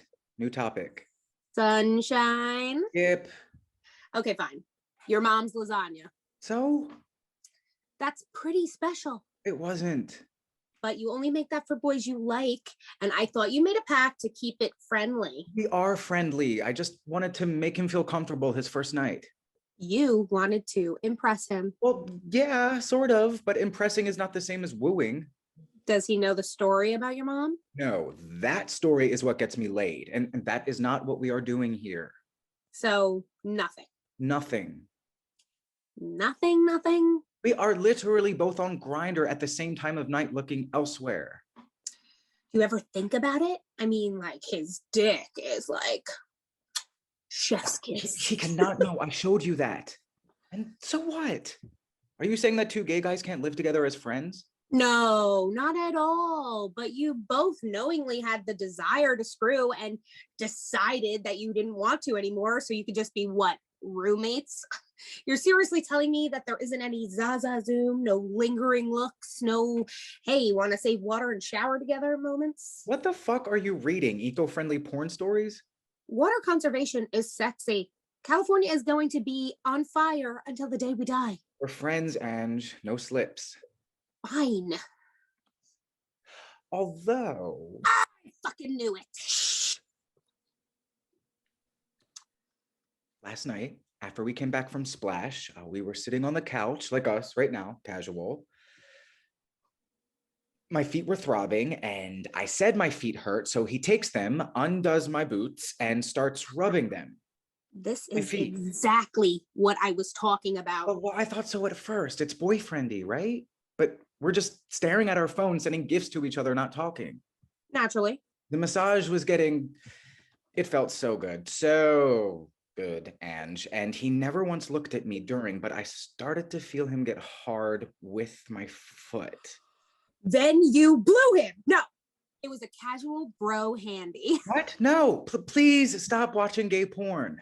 He got a text and he checked his phone, got up and said goodnight. But when he stood up, he kind of walked around the couch in that direction, so I couldn't see his crotch. Nothing. You're giving me nothing. I told you. Told you what? How's your dad? Let's go out. Do you want to go out? I want to go out. Well, that's up to you two. I'm going to have second dinner with my mom tonight. Oh, sure. We can do that. Are you okay, though? I want to feel fabulous, shiny. I'm thinking lots of chains. I'm going to shower. He seemed upset, yeah? Yeah, obviously. Sounds like family drama. Hey, why don't you stay? Come out with us and then leave from wherever. Yeah, I'm not gonna lug around poultry with me to gay bars, Lewis. Yeah, right. Sorry. This is kind of our day. Oh, please, it's fine. Well, it looks like he needs a friend. Does he have any friends? Yeah, Have you met any of them? Like, do they come over? Does he have an Angie? Is she skinnier than me? Not yet, but he just moved in. Why? I'm just curious. I'm sure his friends are with their families today. Not everyone is us. Are you going to make a deal out of this? No deal. It's just he's in your life now, and I didn't get to properly vet him. You saw his penis. I can only get so much from a guy's penis. But I was right. He is a Leo. Hey, Ange. In case you're not here when I get out, it was nice to spend time with you. You're an amazing cook. Aw, thanks, honey. I hope you guys have fun tonight. See you soon. Definitely. That was sweet. He's super sweet. Could his towel be any lower? I don't know how you live with that and not have a boner like all the time. Oh, is it just that you wish you were a gay man? I don't know. I think I just like dick so much. And gay guys are like dickapalooza, dick fest everywhere. Dick, dick, dick, dick, dick. No. No?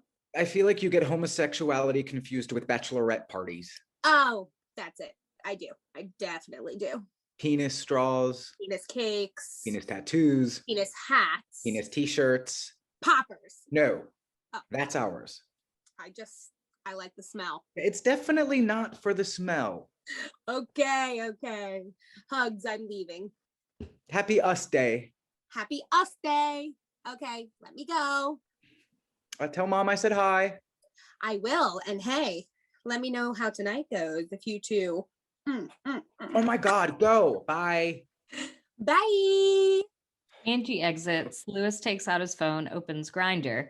We hear the alerts. Lights dim, leaving downstage in a glow.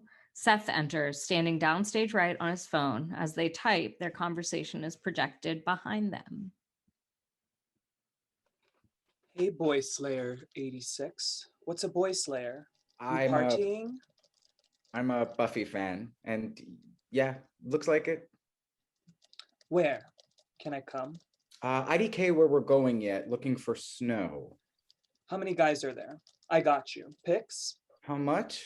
60 a gram. Okay. Then we'll party? Yeah, sure. Lights up to normal and Seth exits. Hey, you want to get in here? Lewis? I was going to leave the water on for you if you're planning. What are you doing? It's hot. Are you hot? Hot? Well, probably from the water. If you were asking if I was, and I am showering. Shower. I have cocaine. That might be why. No. I'm sorry. I mean, I'm getting it. You seemed down, so we might as well make it a night, right? But it's not New Year's. They just updated the Homo Handbook. Really? Yes. Oh, but wait, where are you getting this? Some guy off Grindr. He messaged me, actually. It happened so fast. Pretty lucky, right? No, sunshine. I have a girl. Us fashion people have good connects. The real stuff. Oh, sure. Yeah, let's do that. Was the guy cute? Grindr guy? I don't know. I think he wants to come out with us. Oh, well, who knows where we'll end up, but I mean, if you want to. Oh, I mean, I don't care. I'm with you. I mean, I care. I'm here for you tonight. I want to go with you. Yeah, me too. With you. Yeah, Lewis here. So, okay, so I'll make the connect, you shower, and oh, what are you going to wear? Let's match. Can I dress you, please? I have this jacket that will go so good with. Oh, okay, I know. You're going to look so fucking sexy. I'm messing with your hair too. You have great hair. You know that, right? You don't mind? And eyeliner. Fuck yes, this is going to be a night.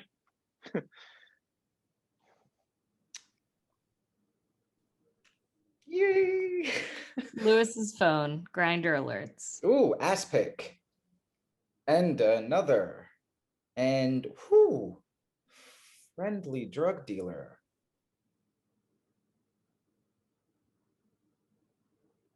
Just in case. Flash. Blackout. Scene 8.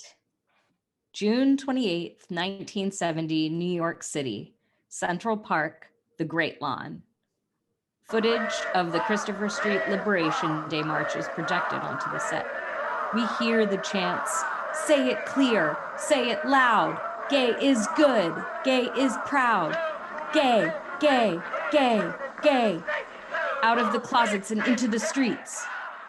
Eventually, Bruce, Archie, Raymond, Birdie, and Gigi enter with signs, marching and chanting along as the footage projects over them.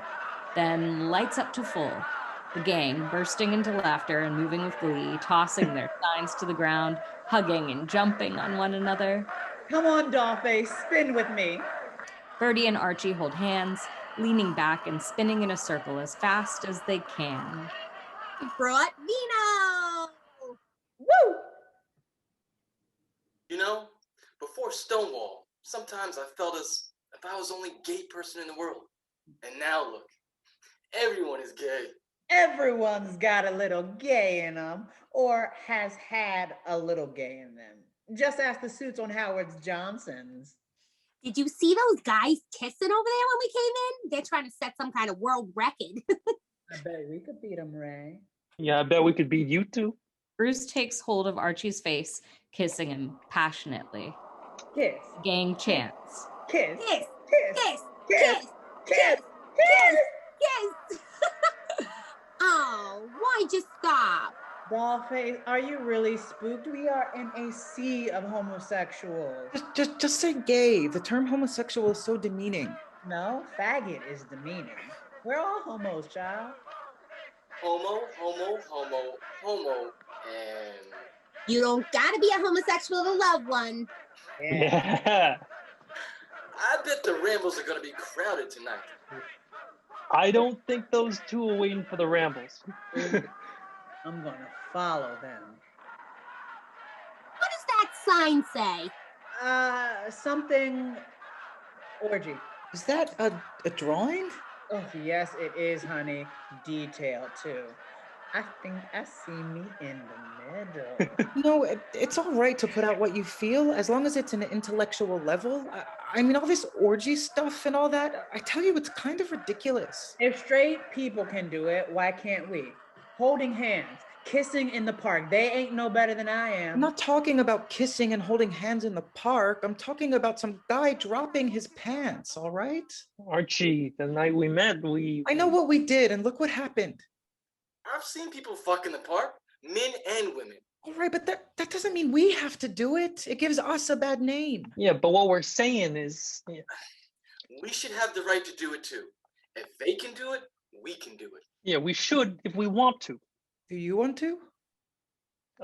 If we want to get a bad name for ourselves, you're right. Archie, what do you think we are marching for? Not to screw in the woods.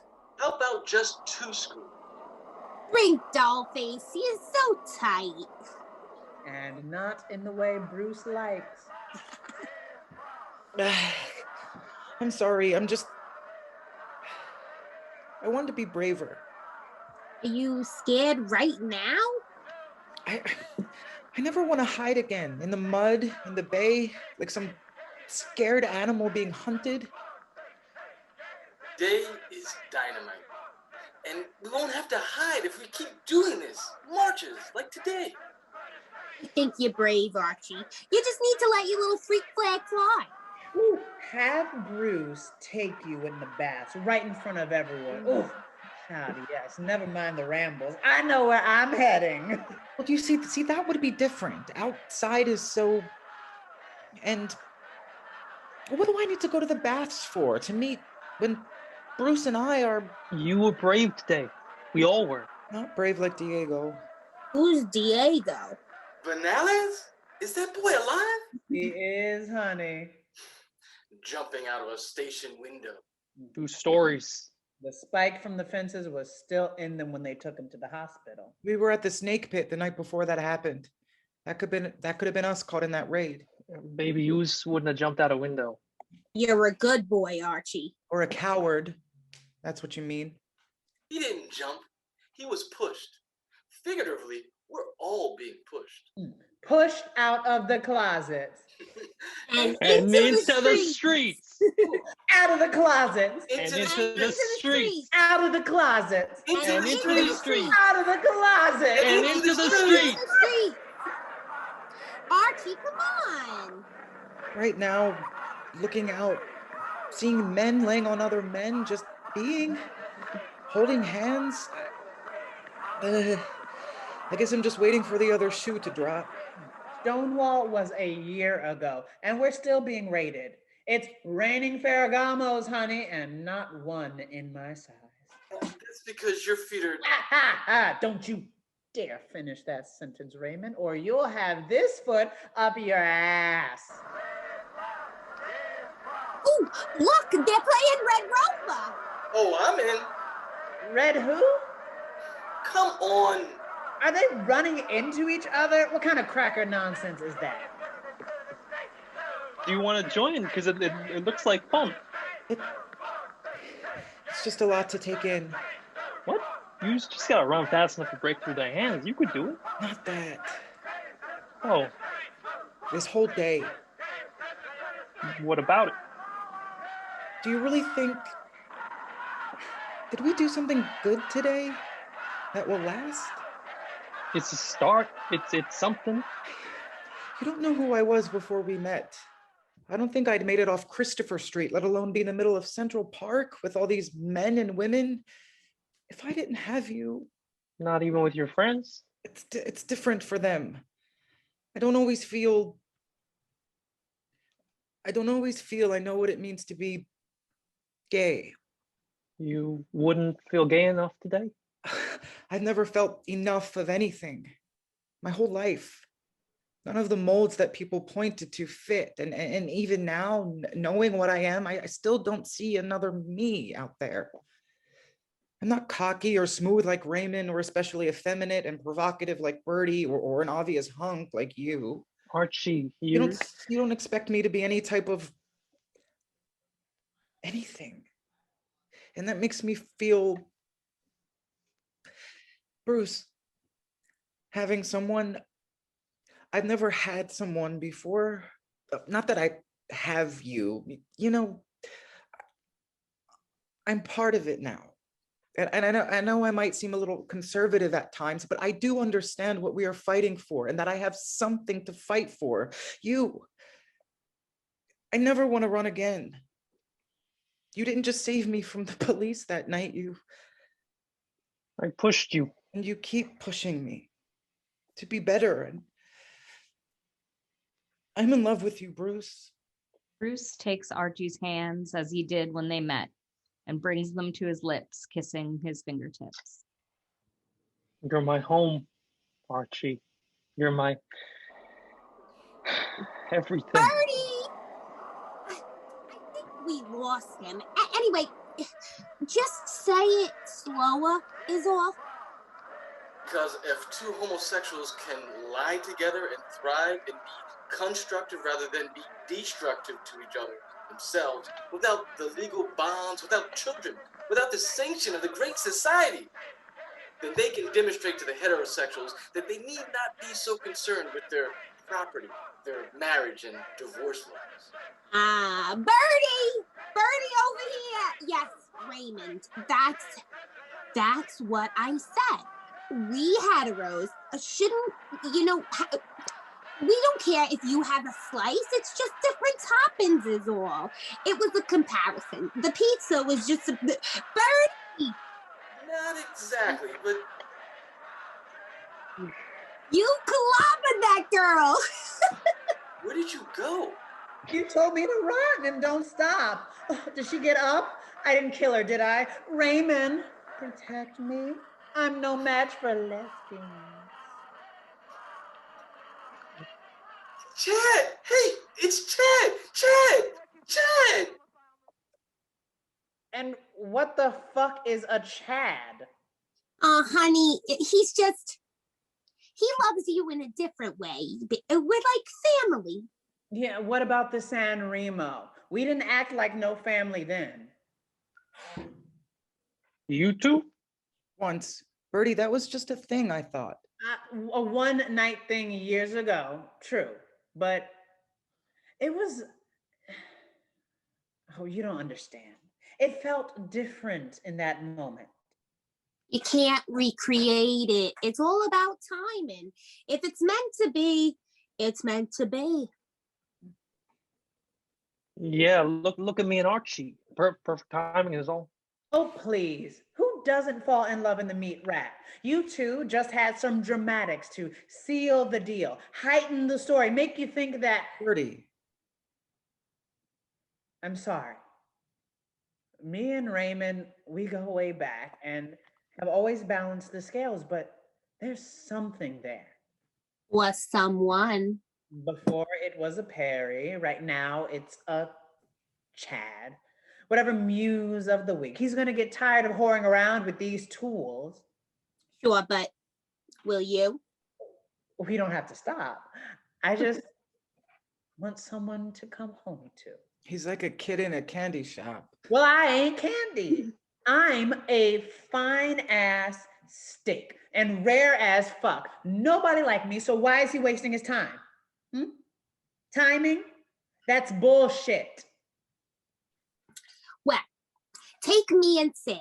We took a couple of tries to get it right, but now look at us. You're back with Sid? Mm-hmm. Who do you think's been calling and hanging up? Little Miss has been keeping sad Sid a secret. Oh, but he's a changed man. Reformed, completely sane. He's clean, Archie. For how long? How long until you start again? Well, what do? Just get him drunk enough so he can't aim his fist at your face? Birdie. Guys, Chad and his friend are going to Julius's. Let's go. It's a sit-in, Raymond.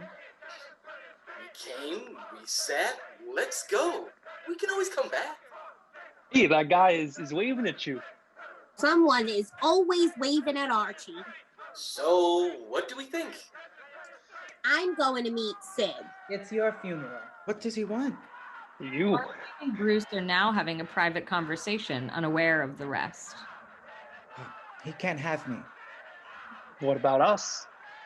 Are we going or not? And Barry, Archie, invite that guy. Let's go. Us? Nobody wants to go. Maybe I'll come by after Sid. Oh, how many times have we heard that one? Together. We've never done that before. Okay, Gigi is with Sid. What about you two? Archie, Bruce? Oh, so you're co-signing Gigi off to Jack the Ripper? Well, sure, we joked, but we've never really talked about this, Bruce. I just thought you should know how desired you are. You don't see how beautiful the Archie mold is. You know, we could both show you if you wanted. Gigi is a grown-ass woman. Gigi is right here. I just told you how I feel about you, and now you want to hand me off? Archie, get off your anti-orgy soapbox and just do it. Lord knows, maybe they can find the stick up your ass while they're in there. Yeah, that's not what I meant. Leave Dollface alone. He's just shy. And don't talk to him that way. Archie's fine. Archie, am I offending you? You're offending everyone. And Miss, don't you come knocking on my door next time you need to run away from crazy bitch ass Sid. And no one wants a Chad. What's your problem? I don't mean that, Archie. It's just everyone is always looking at you. You're my problem. So should I just go be with everyone? Right, he's just... Don't. Jealous? I just wanted you to feel special. Have fun with Chaz. It's Chad. I don't feel very special. He's got the right idea. Wait, where are you going? To an orgy. Don't follow him, man. Let him walk off. You guys will be fine. Come out with me and Chad. I'll pay. Come on, guy. No, I think I should. He's going. Gigi is alone, unaware, and definitely drunk. She picks up her sign. Red Rover, sends out of the clouds and into the shit. Blackout. End of Act 1.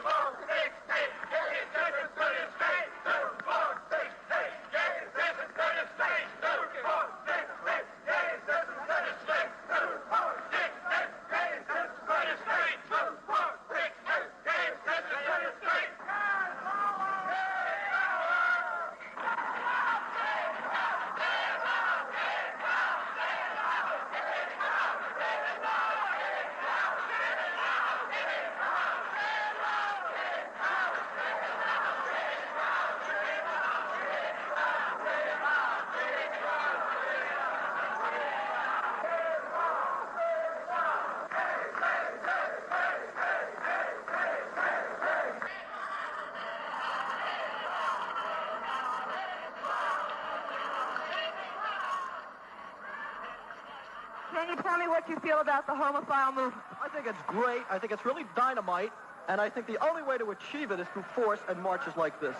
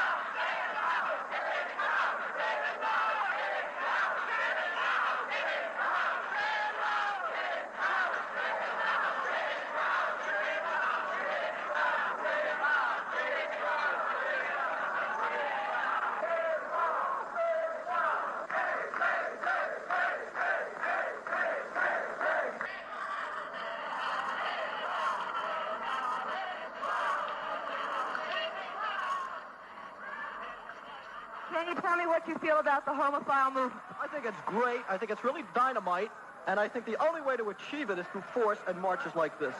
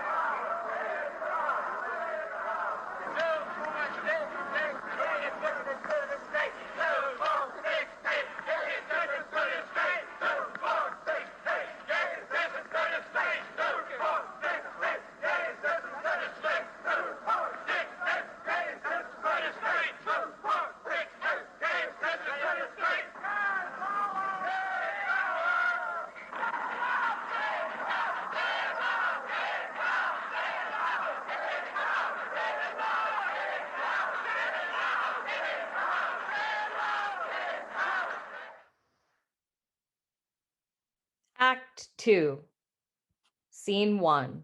Lights up on Lola Behold and Lewis, as they were in Act 1, Scene 1, each in their own light, speaking from a different time and place. Now, don't go romanticizing things. We do that. We get nostalgic, and suddenly the past looks like a movie. The drama, the fight, the forbidden nature of it all. It started on the weekends. We both worked during the week. Every time dressing me, he always wanted to match. Guys would flock to him and me by proxy, but our focus was always on each other. I loved that. The stolen glances, reading eyes from across the room. Today, we just look at a screen. We see each other naked before we agree to meet up. Nothing romantic about that, and nothing romantic about discrimination. Check your preferences. Sometimes I still see us like shadow players, Us stumbling in at 4 a.m. and Yves Saint Laurent shoots right up my nose. Memories so vivid I can smell them. And yet, the baths and the rambles sound a lot like the basement at the Cock, don't they? The back room at Pieces. Some things never change. It's the other parts I can't get straight. When things changed. And even though I know what happened, what it did to him, but because it was the thing that he kept from me, the thing we didn't do together, I had to know it intimately. I had to know how. So here I am sitting to you because we were born and raised in the shadows, babies. Old habits die hard. The shadows. the shadow players are still there. They're a part of us. 3 years ago, and I still have questions. I think that's why I keep doing it. Don't question it. It's in us. It's DNA. I know I'm addicted. I know that now. That's why I started coming to group. If I didn't have the answers, maybe somebody else would. Lights down on Lola. Scene 2. Lights up to full. Lewis is no longer alone. 2014 New York City gay men's health crisis. Seth, Lewis, and V are seated in folding chairs in a small room. Seth and V are comfortable regulars, making themselves at home while Lewis sits stiffly off to the side. Gabriel, the leader of the group, enters. Hello, beautiful people. Sign in, please. I'm Gabriel. This is Seth and V and Eric. Saw him on Grindr this morning. So you were on too, obviously. When I woke up. And you're Lewis. First time in a harm reduction program. Yeah. Hey, I'm Seth. He knows your name, dummy. Hey. I know. No phones. Seth removes chargers, portable batteries, clothing, and food from his bag. They just need to be off. That's what I'm doing. Let's begin. You'll get the hang of it. I'll go. I'm not using during the week anymore. Got a job at the only Starbucks with a bathroom I didn't use in. I get my first paycheck on Friday and adding up how much I can get, starting to fantasize. I need to pay rent with this check, so. What about making plans? Last week you were talking about checking out meetings again. Those usually lead to lunch or dinner. I feel like I don't belong.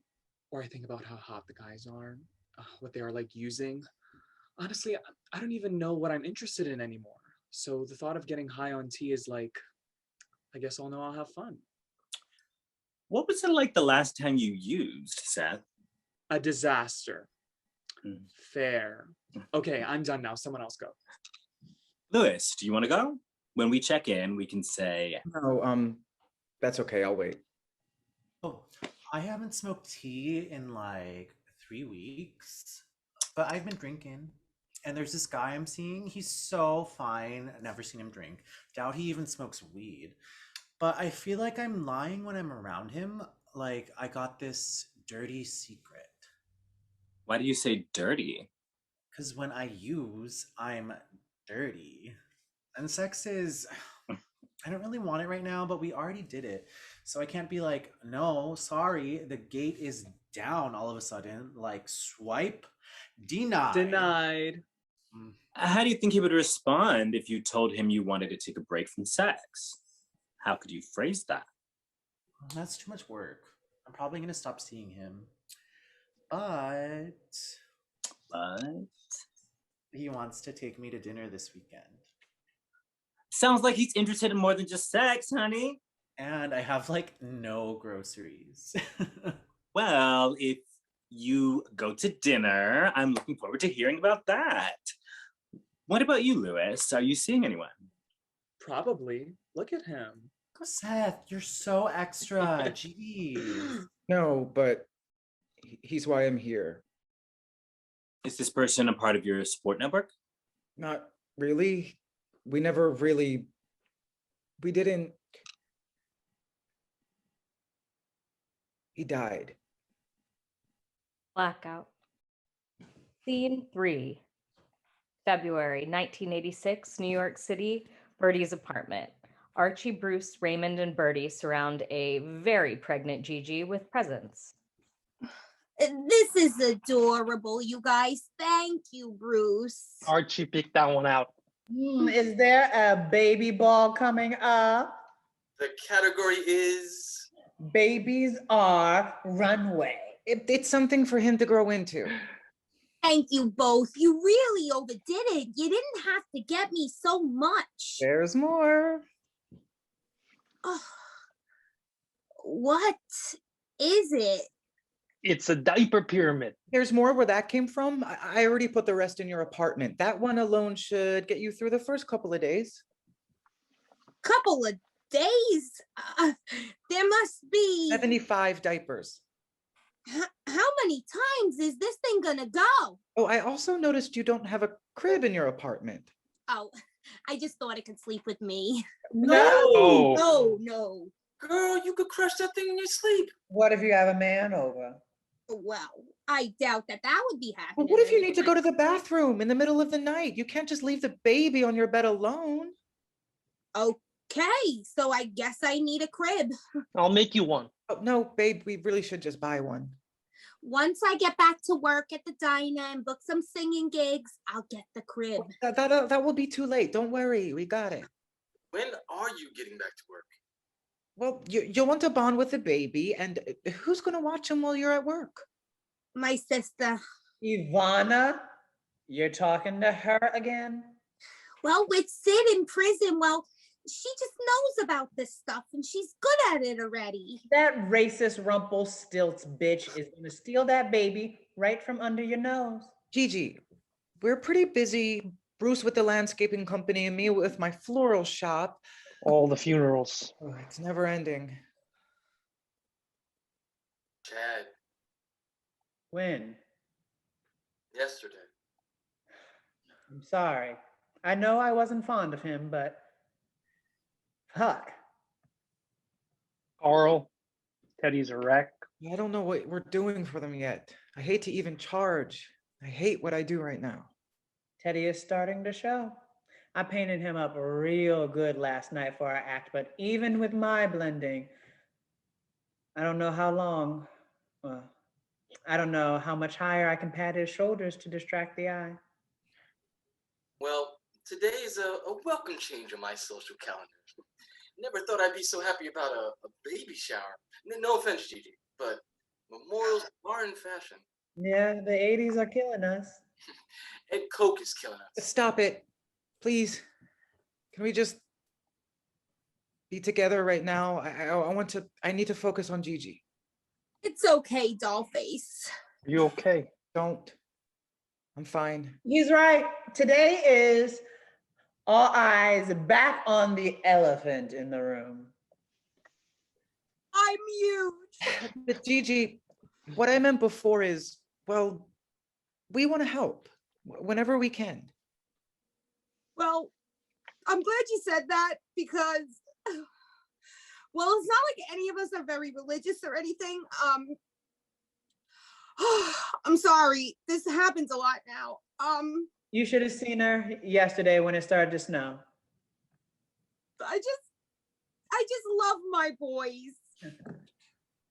You're all so you're too good to me. Oh, honey, don't cry. We're here for you. You're the glue that keeps us all together.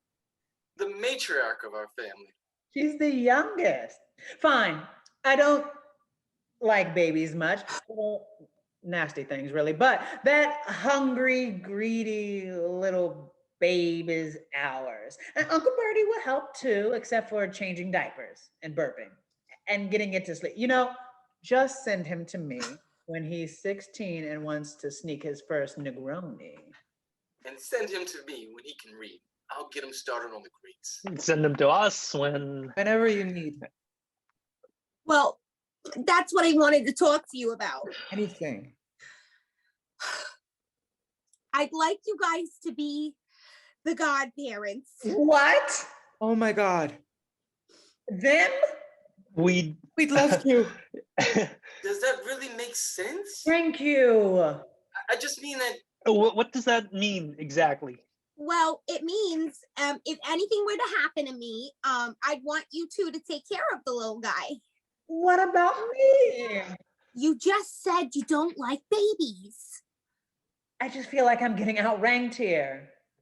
He's doing you a favor. Being uncle is all perks. You get to spoil it, make it laugh, and you leave before it starts to smell. I just became one last month.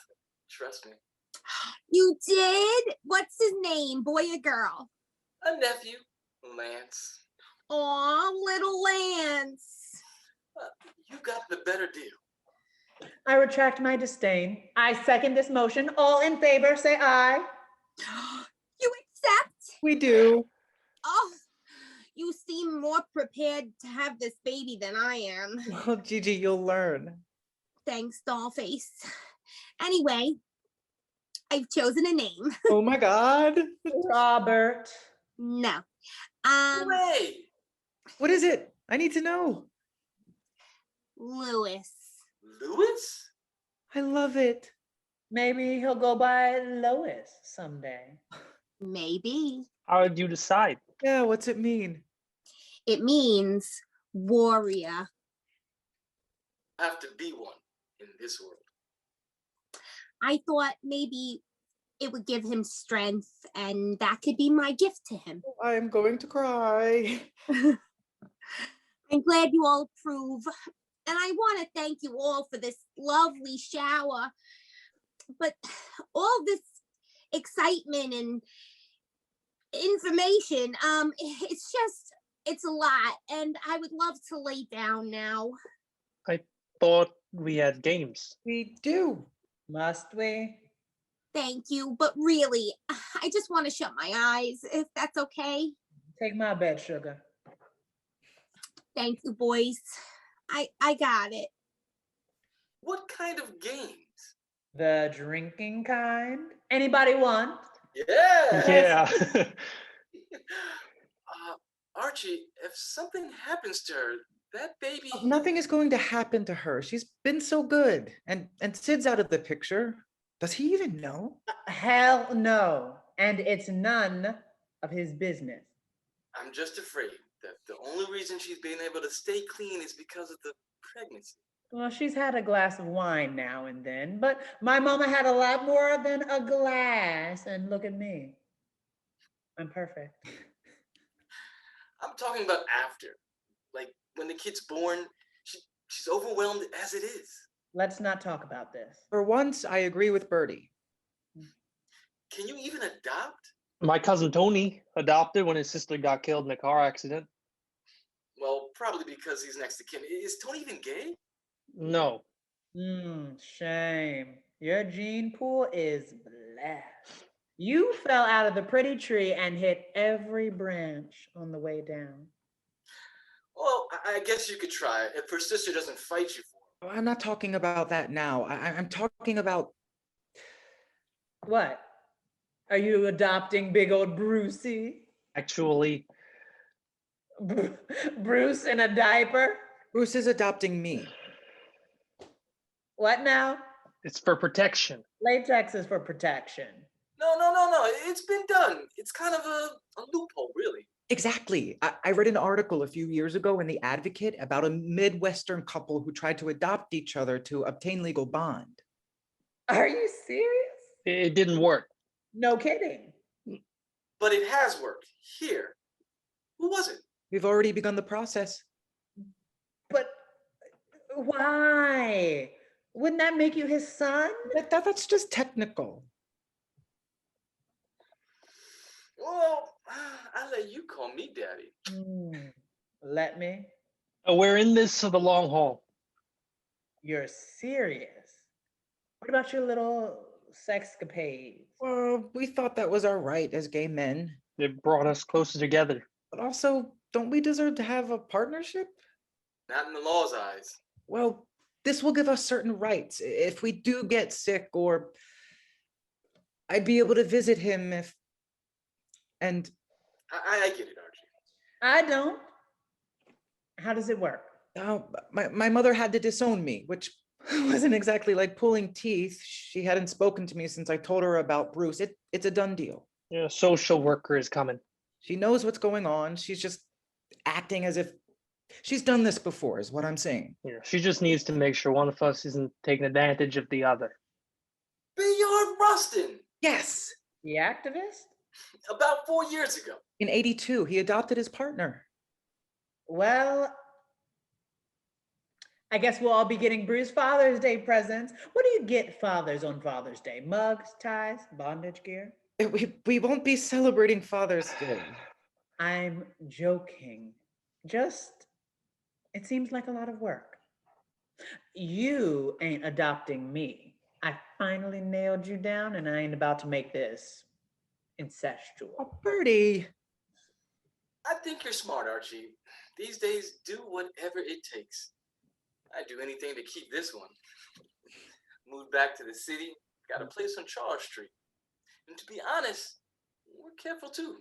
I knew you'd come crawling back, but that don't mean the playground is closed. We still make special friends. A crash is heard from behind the curtain. Something is broken. Then a moan. Gigi! Oh, I had to pee. I'm sorry, Birdie. I knocked over your lamp. Girl, forget the lamp. You pissed all over my bed. That's not pee. The water broke. My sheets? I think something's wrong. No, baby. It's just contractions, right? Is it coming? What else could it be? Bruce, call an ambulance. Yeah. Oh my God, Jesus, what's it doing to her? This is so exciting. Bruce, isn't this exciting? Bruce? Oh, right. Do we lay her back down? On my bed? Oh, you can stand up, right? She's fine. Look. Oh, are they supposed to be that close together? Yeah, they're on their way. What do we do until then? What do we do? Oh, do you know everything? Let's get her to the couch. Not my couch. No, I can't say. I just gotta lean here. That's right, honey. You just stand right there. Or should we put a basket there or a bucket just in case? It doesn't just fall out, Birdie. I'll look for one. I can't believe it's finally happening. Bruce, we don't need a bucket. Girl, that thing on my carpet. Yeah, how you doing, Cheech? I think that's your answer. We're having a baby. Oh, welcome, Lewis. No, not yet. Stay in there, Lewis, or I'll whoop your ass. Oh, Lord, my sheets. We're having a baby. Archie! Yes, sweetie, what do you need? What do you need? If you say that one more time, I'm gonna stick my hand in your pants and I'm gonna rip off your. Blackout. Scene 4. 2011, New York City, New Year's Day. Lewis and Ricky's apartment. Lewis and Angie are on the couch exchanging gifts. I like what it's shaped. It's heavy. It feels like. Oh, seriously, just open it. What? I know, right? Blood Slave. There's a second book. Oh, Blood Slave. Tantric Curse. Oh my God. Read the back. Okay. Lucy teams up with the Old Ones, a dangerous coven of dark arts, to release Raoul from hell before his body desecrates and she loses him forever. What she doesn't know was that her vampire boyfriend has been tortured for 100 years in a tantric sex dimension without release. Raoul's maddening trusted desires must be met and the curse drained completely to the very last drop. Oh my God. I knew he wasn't really dead. I love you so much. Not as much as vampire porn, but so close. Did you get a copy for yourself? Duh. Okay. Your turn. Vampire seed. I wish. Okay, go. Okay. It's an envelope. Could it be money? Well, it costs a lot of money. Plane tickets? Are we running away? Open! Shut the fuck up. No. Preview tickets to Priscilla, Queen of the Desert? Yes. Ah! This is amazing. I know. Oh my God. Right? No. Oh my God. I got you a book and you got me Broadway tickets. I love my book. Really love my book. My vagina loves my book. We need to set a budget for next year. You realize I am coming with you, right? So Merry Christmas to us. Jesus, you're bony. Thanks. Ow. No, seriously, your hip bone stabbed my thigh. Want anything to drink? And what happened to your ass? Water? Ice, please. I guess I just didn't gain the holiday weight this year. Wow, well, fuck you then. I did. I feel like a pig ripe for the slaughter. Could probably get 20 packs of bacon from my ass right now. God, I need a nap. Well, buck up. I just got here. Want to watch a movie? Maybe some episodes of something. I haven't seen you since Thanksgiving. I know, I'm sorry. Things have just been so crazy. Well, how was last night? I guess you had a fun New Year's. I'm sorry, he could only take one guest. Yeah. Just give me the details. How was the party? Was Leo there? God, I want Ricky's job. And it was amazing. Come on. I need celebrities and models where they're puking in the bathrooms, just like some big famous anorexic orgy. Yes, but that wasn't even the amazing part. Although, watching Tara Reid snatch sunglasses from Anna Wintour's face and then proceed to do an impression of Anna Wintour to her face and then projectile vomit on James Franco's lap was... What? What could be better than that? Just, I had so much fun with Ricky. Oh. Lately, you're having all the fun with Ricky. Where is he now? He had to help break down the party and then make an appearance at the after party. Oh, so he's still partying. Jesus. How much coke did you guys do? Some. Okay. But it wasn't like all the other nights we'd been raging lately. No? You're not always hanging out with one of the Franco brothers? No, I mean, we've definitely gotten close, but last night was different. Okay, well, describe it to me.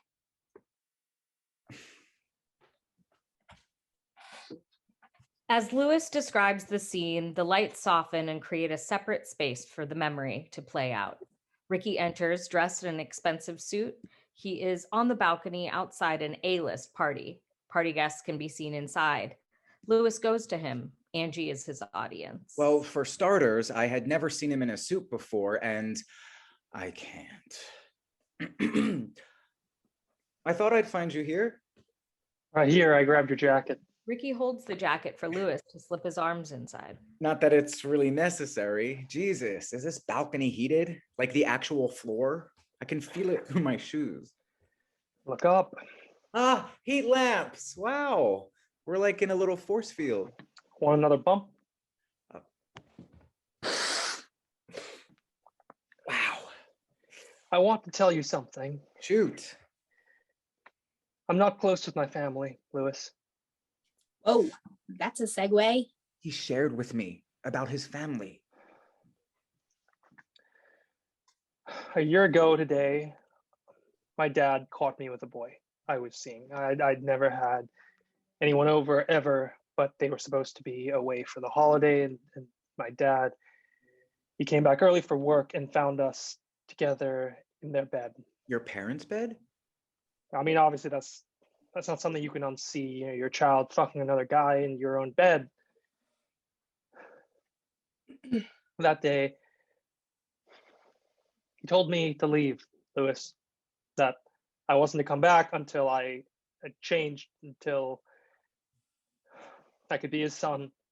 What the fuck? Ricky, I'm so sorry. Jesus. Yeah, the last time I saw him was when he walked in on us, and his face was just like he didn't recognize me, like he was looking at some stranger he was disgusted with. I kind of figured that maybe there was some friction, but I didn't want to pry. I don't know what to say. I mean, I have gay dads. I got lucky. Yeah, well, I figured we're pretty close, right? Yeah, but what about Thanksgiving? He called you, didn't he? It was my sister calling from his phone. We're not close either. She'd rather I just pretend for their sake. I'm still pissed at her. I really thought stupidly that he was calling. So it was his sister. Yeah. So I feel like you should know me. I want you to know me. You told me about your mom and her overdose when you were a baby. I felt like you're kind of my best friend. Or yeah, I get it. I feel the same way. Really, lately, it's like. So, lighten up. We're at a party, and I'm trauma bonding with you. Oh, okay. Yeah. Well, I was. More? Not yet. Thank you. I do have some amazing news, actually. Tell me. My play got accepted into a festival. It goes up in 2 months, and I'm gonna play the lead, mainly because it's easier, less schedules to juggle, and I did technically write the part for me, but so is that stupid? I'm really. You didn't tell me that. I just found out. Okay, well, congratulations. Thank you. Thank you. We have to celebrate. Aren't we? Yes, but separate. Oh my God, Louis, I'm so proud of you. It really is an amazing play, and you're doing what you love. So he got to read it. I mean, he lives with me. He helped me edit some. I'll email it to you. Oh, gee, thanks.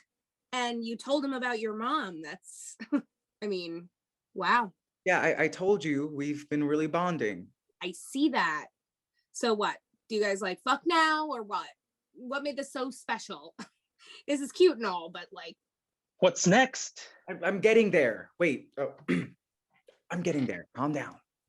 Do you start rehearsal? When are the show dates? I'm going to come every night. You don't have to do that. Yes, I do.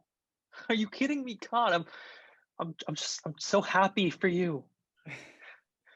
You're so special. You know that? I'm not. You don't get it. And God, you don't even realize how beautiful you are. Look at you. Do you know how good you look tonight? You're always second guessing yourself or making yourself small. I want you to feel that. Do you feel that? You should. Magnificent, sexy, and worth every ounce of success. Always. When I'm with you, I feel. I want to show them. Who? What? Show what? Them. How fucking amazing you are. How fucking perfect you are. I don't get it. Oh my God, what is he doing? Come here, please. Dipping Louis backwards, then close to his face, he says, just this once. Louis, aching for it, nods his head yes. In the dramatic tableau, they kiss. The crowd cheers. You guys kissed? Hello, Louis. Sorry. The boys separate. Ricky and the party guests exit as Louis returns to the couch. Lights up as normal.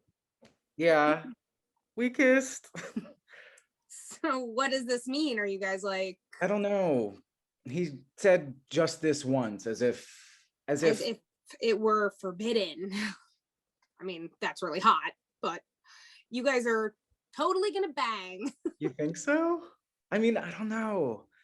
I haven't seen him yet, and the rest of the night was kind of normal as far as A-list parties go. Oh, and there was only one Olsen twin, which is like, I mean, that's crazy, right?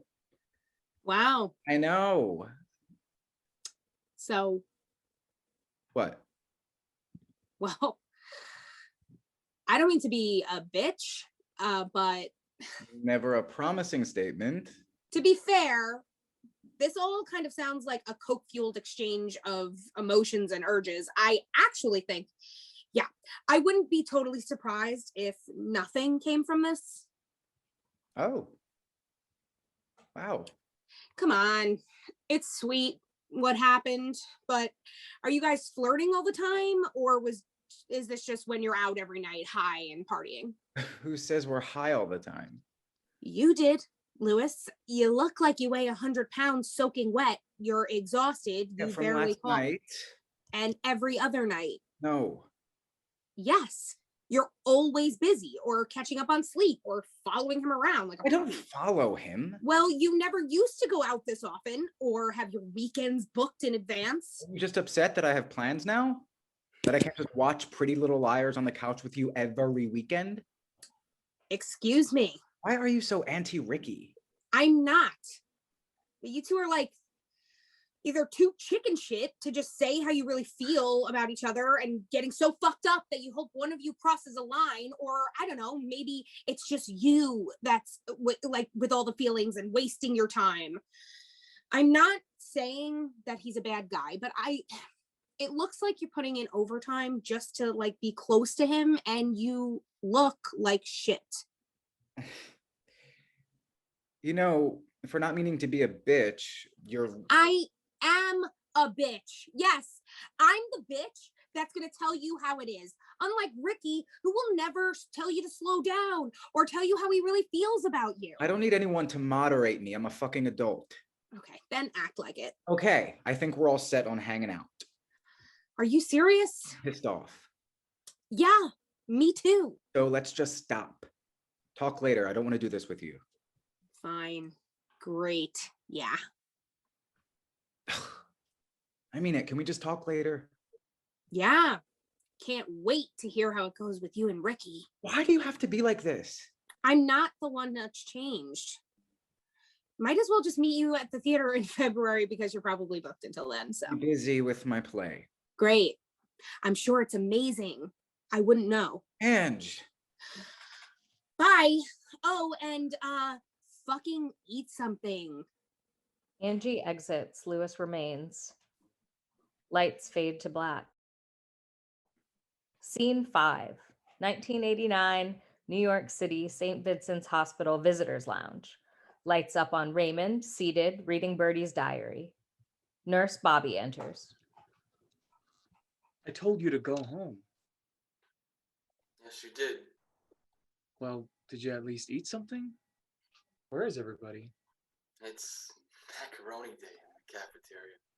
Jesus, it's 5 already. Mind if I sit?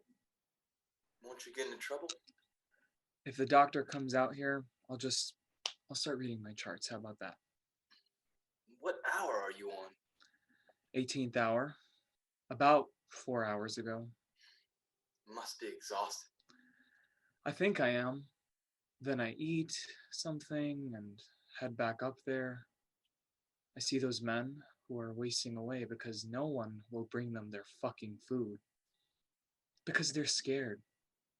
So it's outside of their rooms turning, and I think, I'm not exhausted. I have more life in me than every man on this floor combined. Don't ask me if I'm exhausted again.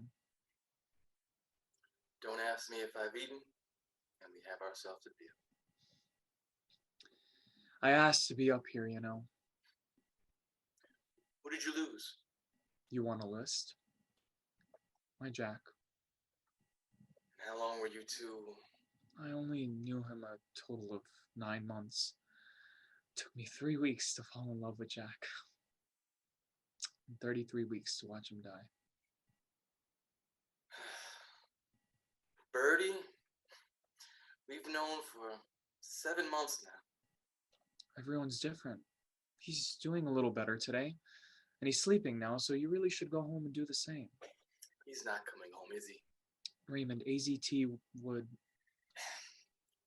He's only getting those drugs because he's near the end. Nobody was giving that to him before.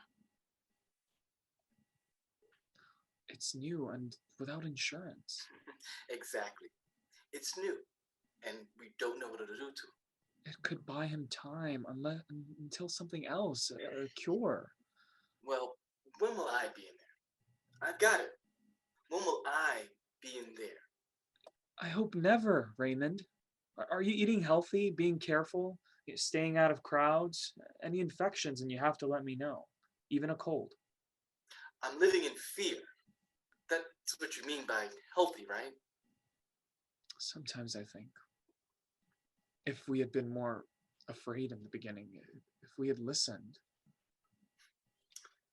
I'm sorry. I don't mean to get short with you, and I'm sorry about Jack. What are you reading? His diary. He gave this to me today. That's how I knew he was giving up. Well, from the time that I've spent with him, he doesn't hold anything back. Any surprises? In a way. Everything the rest of us just gloss over. He saw so much more.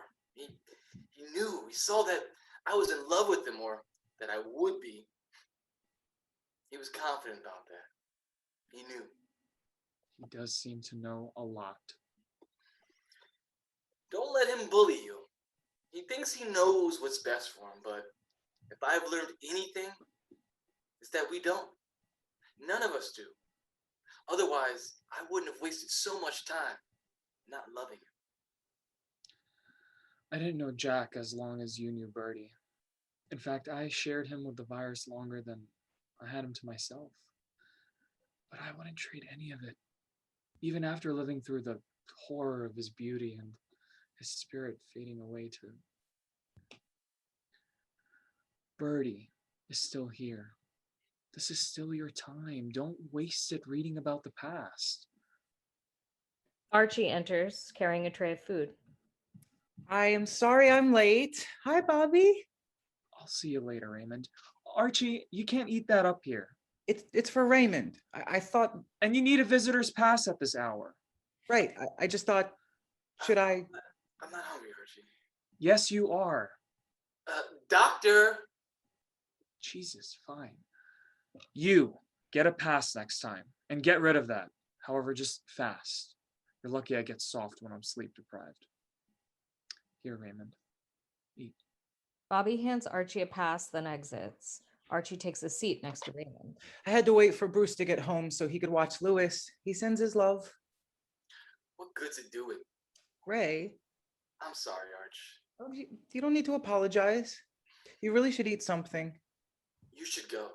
I just got here. What is it? Worse? He's a little better today. Tomorrow he'll be sicker. He's a little better next week. We're running out of a little bit. You have to be positive. We don't know. I am positive. Remember? It's only a matter of time. Don't joke about that. Did you know? Did you know I loved him? He was sure about that. Well, you two always seem to make sense to me, but I don't know. I just thought whatever it was between you would eventually take hold. Timing. Timing like you and Bruce. You men at the right time, and you have everything. The rest of us, shit out of luck. That girl Gigi, she was nothing but bad timing. Nothing ever worked out for that girl. Gigi threw it all away. I'm sorry. I know that's harsh, but I know she was suffering, but I'm still angry. You think we asked for this? For Lewis? Please, you two are ready to take that baby from day one. What choice did we have? Yes, we love him and we want him, but not at the expense of his mother, my friend. I can't be around you, Archie. What? I'm happy for you and Bruce, but it hurts. Everyone is just disappearing. And you two, you just have it all and then some. So all this loss, I don't experience any of it? Fine. Jesus, Raymond? Fine. No, you know what I thought of today? I can't remember the last birthday party I've been to because no one around us is living long enough to have one. I'm losing too, you know. I'm fucking losing him too. Then fine. You go in there and you tell him he's not coming home. You tell him how great he looks, or what's left of him. Ray. No. That's my job. Well, you're upset. I can take that, Ray. What do you need? I can come back. I can sit with him while you get some sleep. You really do need to eat. I have some more of that soup. You should freeze it just so you have it. And I can bring Lewis by. That would cheer you up. He has that effect on people. His smile, it's just so... Enough! Ray. Stop. Stop trying to just come over and tidying. Stop bringing me food. Stop making things easier. This is never going to get easy. You can't just wrap up AIDS and put a bow on it, make it pretty. There's nothing you can do. So just go back to your family, your perfect, healthy family, and just leave me alone. I'm just trying to help. You're making it harder. I mean it, Archie. You and Bruce and Gigi's kids, the world is, I just don't get it. I don't understand how you have everything. It seems the more fucked up the world gets, the more you just keep receiving blessing after blessing. Will you get a house after Gigi after he dies? Maybe you end up pregnant. I don't know what else to do. No one will tell me. To come home to Bruce, to look at Lewis and smile and smell him and hug him and missing Gigi? To be happy for even a moment while I feel guilty. Is that what you want me to say? You should have said Raymond. Stop fucking around and be with him. Instead, you all just laughed and waited until I figured it out. And now there's no time. There's no time. That's what a friend would have done. That's what this is about? You blame me? How could it have been more obvious? I'm not the reason that you and Birdie... Well, you're not going to save him by going in there and cleaning up his fucking room.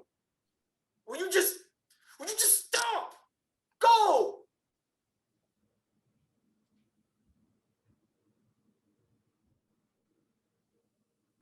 Fine. Be angry at me. Blame me for everything. I'll be here when you're ready. You'll need us. I don't want you. I don't want any of you. Then what? What do you want? I want more time. Can you give me that? Go home. Go home and play house, Archie. That's what you're good at. Playing make-believe. Just leave me alone. Raymond exits for Birdie's room. Archie continues to straighten up. Nurse Bobby enters. I told you to get rid of that. Fine. Archie takes the tray of food and shoves it into the trash. It's gone. Happy Nurse Bobby wasted food. Archie. What? What, you want me to stop cleaning? This place is disgusting.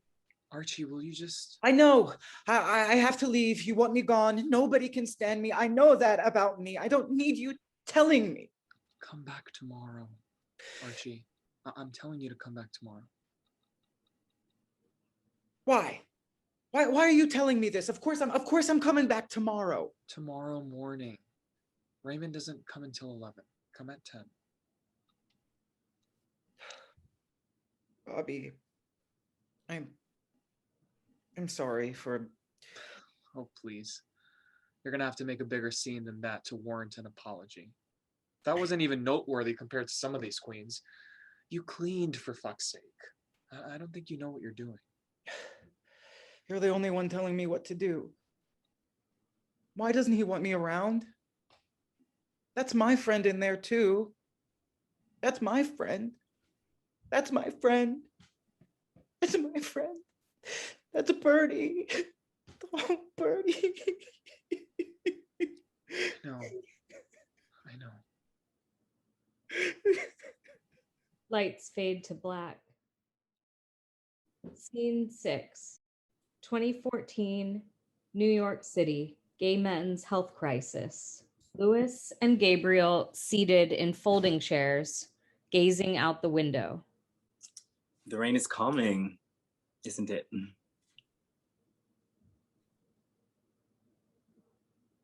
What are you thinking? 3 years ago, and I still have questions. I think that's why I keep doing it. I know I'm addicted. I know that now. That's why I started coming to group. If I didn't have the answers, maybe somebody else would.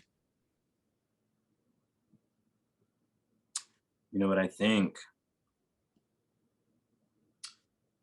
I think meth in the gay community is no coincidence. Like a conspiracy? Tina. That girl is a sneaky bitch. She snuck her skinny ass onto our dance floors, and I don't think it's raging our community unnoticed. I think it's ignored. Sometimes I think it was placed right in our hands on purpose. You know, maybe not, but I know it's another pandemic no one is talking about. And it's undeniably tied to sex, which we fought to have pride in, and to shed years of shame and stigma, which we almost succeeded vis-a-vis our own sexual revolution. Enter the AIDS epidemic, putting the goddamn fear and stigma back on our community. Fear, a virus of its own merit. And only after nothing short of screaming at the top of our lungs for years, over 1,000 cases and hundreds dying, did we see national media coverage. It's tailored to us, a perfect fit. It makes you feel confident, takes all that shame away. It lends a euphoria to sex, and then it robs you blind. It takes the light right out of your eyes. That's what I'm thinking. I saw Ricky's light go out. Tell me more about him. It's difficult. Because he's gone? No, it's that the whole relationship was built on this subtext that we wanted each other, you know? But we told ourselves that it wouldn't last, so we rewarded ourselves with this friendship that, to be honest, was just torture for me. You wanted more. The day we met, actually, he told me, he said he wanted to be someone special or special to someone, like a locket, you know, close to the heart. And I don't know, this sounds, but I knew he would be to me. And the way we met, the way we almost met, so timing, I thought. How maybe you cross paths with people you're supposed to love someday. Who knows how many times until you actually collide, and then it's your time. Why didn't you ever tell him how you felt?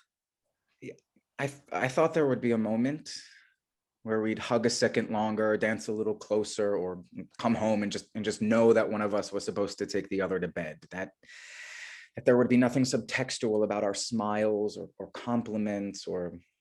Do you think you romanticized the relationship? He did. He kissed me, and then the light went out. When did you realize?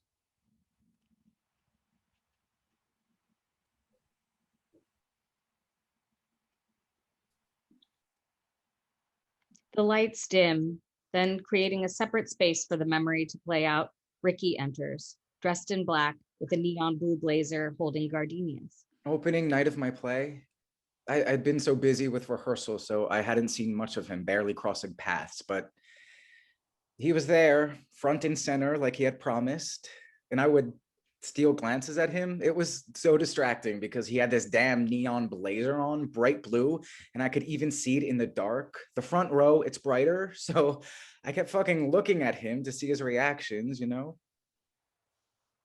How did he react? Lewis is engaged with Ricky as if he's watching his own memory. He looked so proud. It was the look. It was our time, finally. He had flowers, gardenias, which are my favorite. I don't even remember covering flowers. I don't know, and there was a card, I think a yellow envelope, I think. Lewis stands approaching Ricky. What happened after the play? Ricky's light goes dark, leaving him in a shadow just before Lewis can reach him. Wasn't there. I took my bows. I thought he would be backstage surprising me.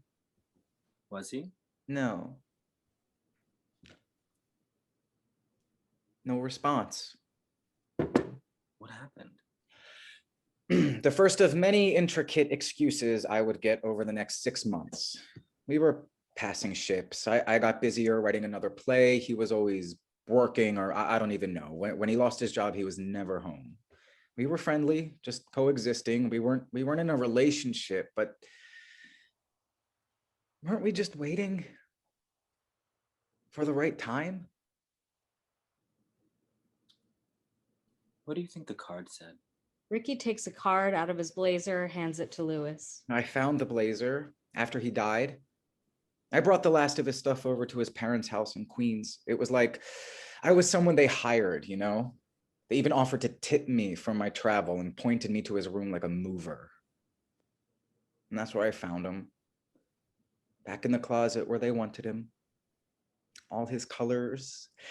And I think I smell him too. I see him. Ricky steps into the light, standing behind Lewis. I see him in his pink trench, his distressed cashmere sweater, fur stole, Prada tuxedo, leather kilt, or his neon blue blazer. Lewis. I find the card. Lewis. Taking out a yellow envelope from the inside breast pocket. It was still in the jacket. Lewis, baby, did you hear what I asked? It said, "You're simply amazing, not just in your play, but every day. I hope you stay on course and fulfill your hopes and dreams." Not just for me, but for you. I want to kiss you, Lewis. Not just this once, but forever. Love. Ricky. Ricky takes back the jacket and the card. Well, that's okay. You don't have to answer that, Lewis. I think you must have been pretty special to him. Crystal robs us of connection, of There was no card. I picture it though. It says something different every time. I think we missed our time. I wonder if we hadn't decided to be roommates, if we'd gone on that date, we'd stay. You'd sleep over. We'd grab breakfast. Then come back and do it again. But no theatrics. Slow. Looking into your eyes. I don't make you do that thing. No, Crisco. We go on more dates. You move in. You write the Lucille Ball Cabaret. I'm an amazing info. You tell me you love me. We get engaged. I start a fashion line. I get a Tony. We get a dog. Oh, we get the dog first, before the fashion line and Tony Award. A Pomeranian. Then we marry and grow old. But we still have sex. Gross old people sex. You're incorrigible. Any kids? We adopt. Lewis? Yes?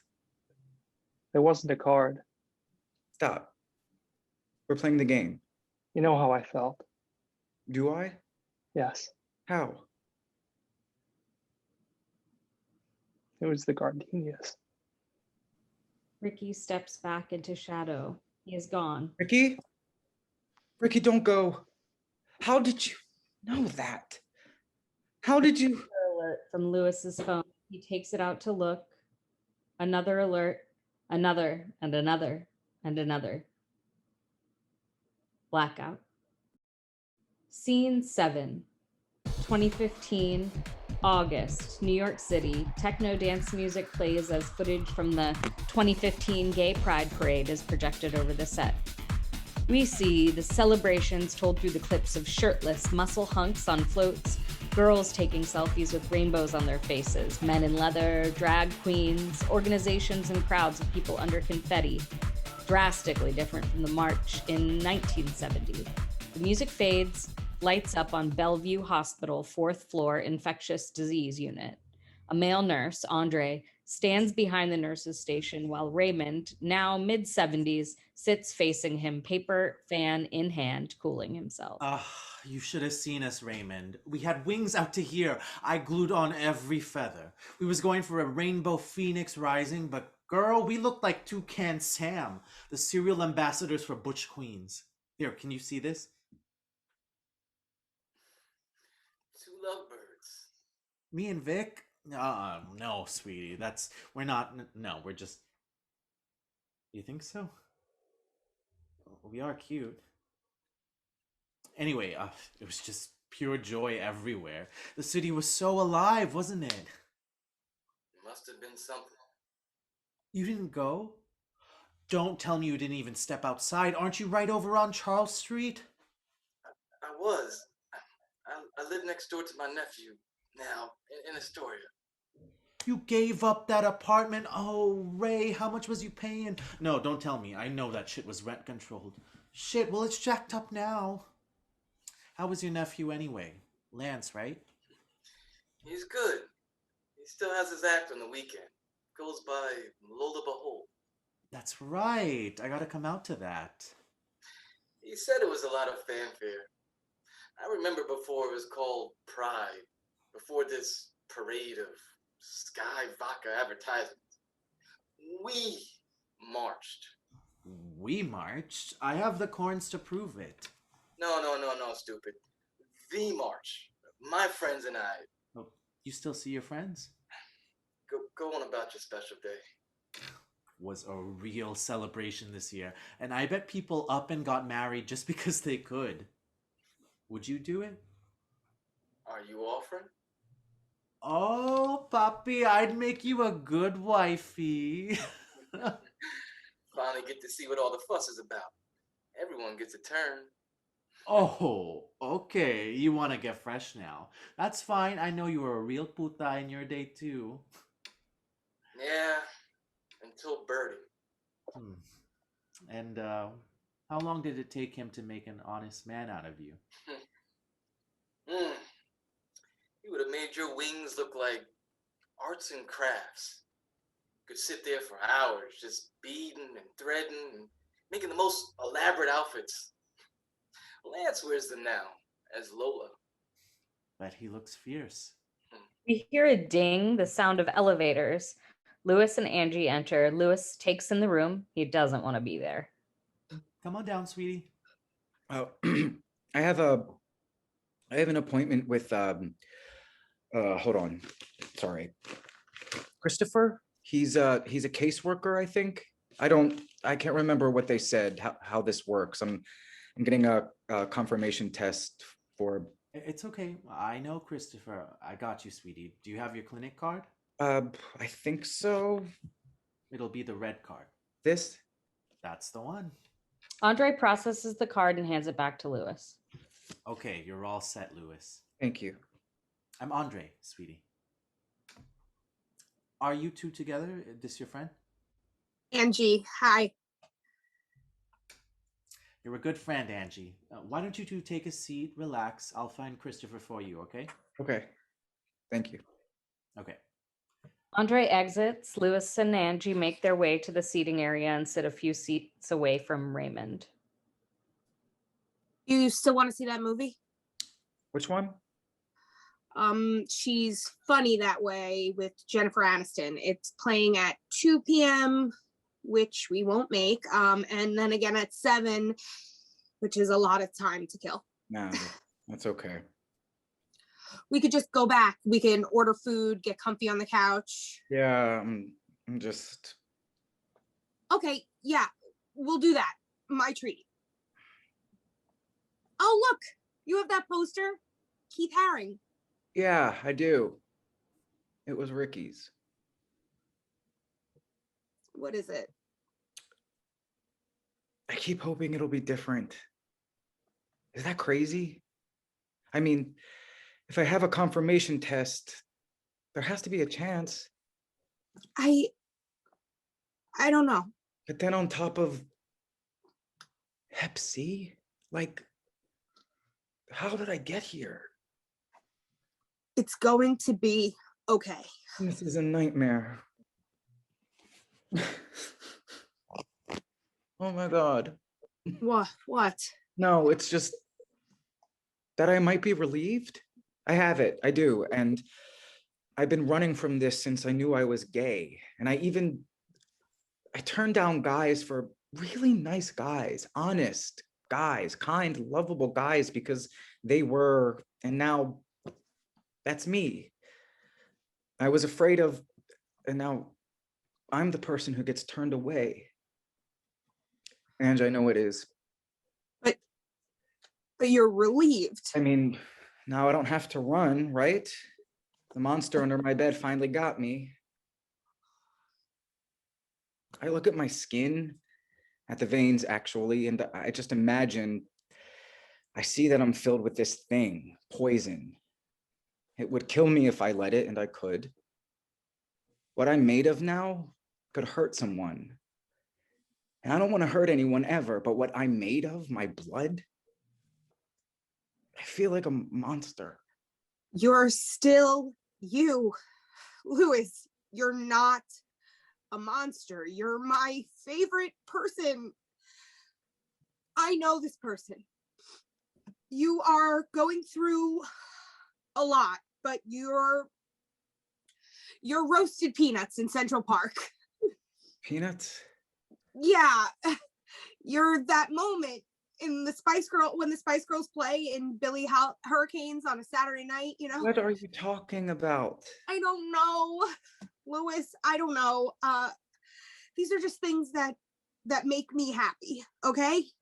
Like you're not a monster, okay? I feel like if I say I feel like a shitty friend because I don't know what to say, that makes me this like all about me. And I just don't know what to say, okay? I'm sorry. I don't want to call them today. I can't. You don't have to. How do I tell them that everything? Because this didn't just happen to me, Angie. I didn't just sit on a dirty toilet. What if they ask? This will hurt them so much. Lewis, I'll take you back. Oh, it's okay, sweetie. You're gonna be just fine. Ay, Dios mío, don't cry. That face is too beautiful to wet with tears. Andre puts his hand on Lewis's back and guides him into the corridor. They exit. No, he's right. Your friend, he'll be just fine. It's not like it used to be, darling. Thanks. Yeah, I've been researching. Good. I don't know what to say to him, you know? You'll have the rest of the life to figure out what you need to say to him. Maybe you'll come up with something a little better than the Spice Girls. You know what they call people like me up here on this floor? What? Well, besides sexy young thing Raymond. No, I'm kidding now. Up here on the 4th floor, with what I have, with what your friend has, a long-term survivor. Wow. We were ignored. The medication, you see, we were experiments, and in a way, the meds are what's killing me now. Ironically, this and failing cancer twice, but here I am. I'm so sorry. Oh, no. I'm not throwing a pity party. And I don't want you to let your friend throw one either. It's not like it was. Not for all of us. Not for Birdie. Birdie? My partner. I'm sorry. No. Little girl, you ain't listening. I'm not looking for... I'm telling you that your friend is going to be okay. But you need to remind him of that. he's gonna need lots of reminding. I'm worried about him. Sometimes he just... Selfish, gets mean. If he's doing something he shouldn't be, listen, I know what these young men are doing these days. You fuck him up. I'm serious. But today, his whole world is standing still. And that's the only thing he can see. He thinks that's all anyone will ever see. But don't you dare let him hide from this world. He has got to be a warrior. Warrior? Yeah. They're always messing with our healthcare. It's in fashion now. I'm tired, darling. And there's not enough of us who made it to my age. Someone else has got to fight now. You understand? I think so. Andre's right. A beautiful face like that, he will be loved. But he's got to love himself. Love this part of him too. Yes, sir. And if anyone asks how, they're missing the point. It's uncouth. I'm trusting you to relay this to your friend. I might keep getting pricked up here when he comes back. You know, the vampires, they come, whatever, you get it. They make me come up here and hurry up and wait. I will tell him. All right. And tell him hepatitis is curable too. But that's one mean shot. Right in the ass. Angie? Yeah. Oh. Why don't you come on back? He could use a friend. Angie stands and starts to walk toward the exam rooms, but before she makes it all the way, she stops, turns to Raymond, who nods, then exits. We've come a long way, Ray, but this part is frozen in time.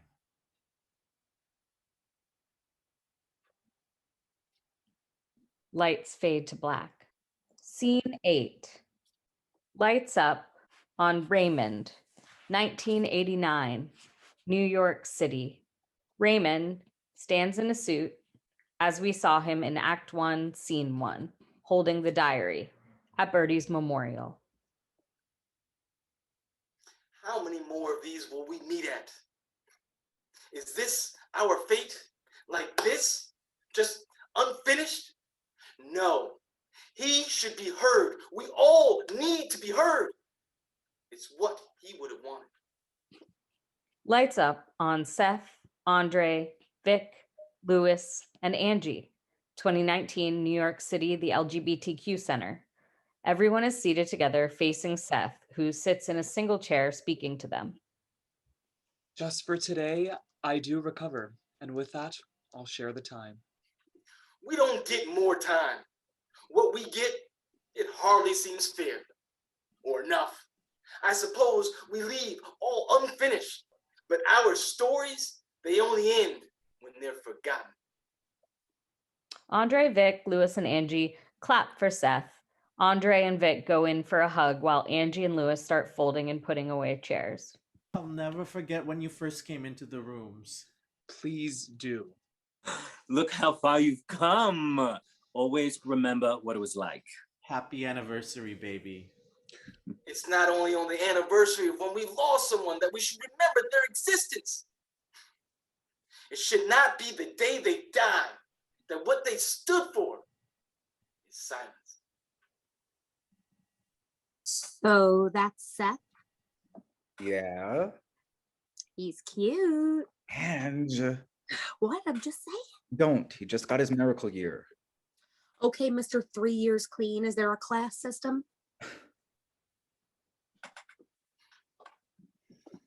They should live on in each of us. Their stories, yours, mine, separately detailed in individual experience. But together, theirs, yours, mine, they are the sum of all parts. The truth.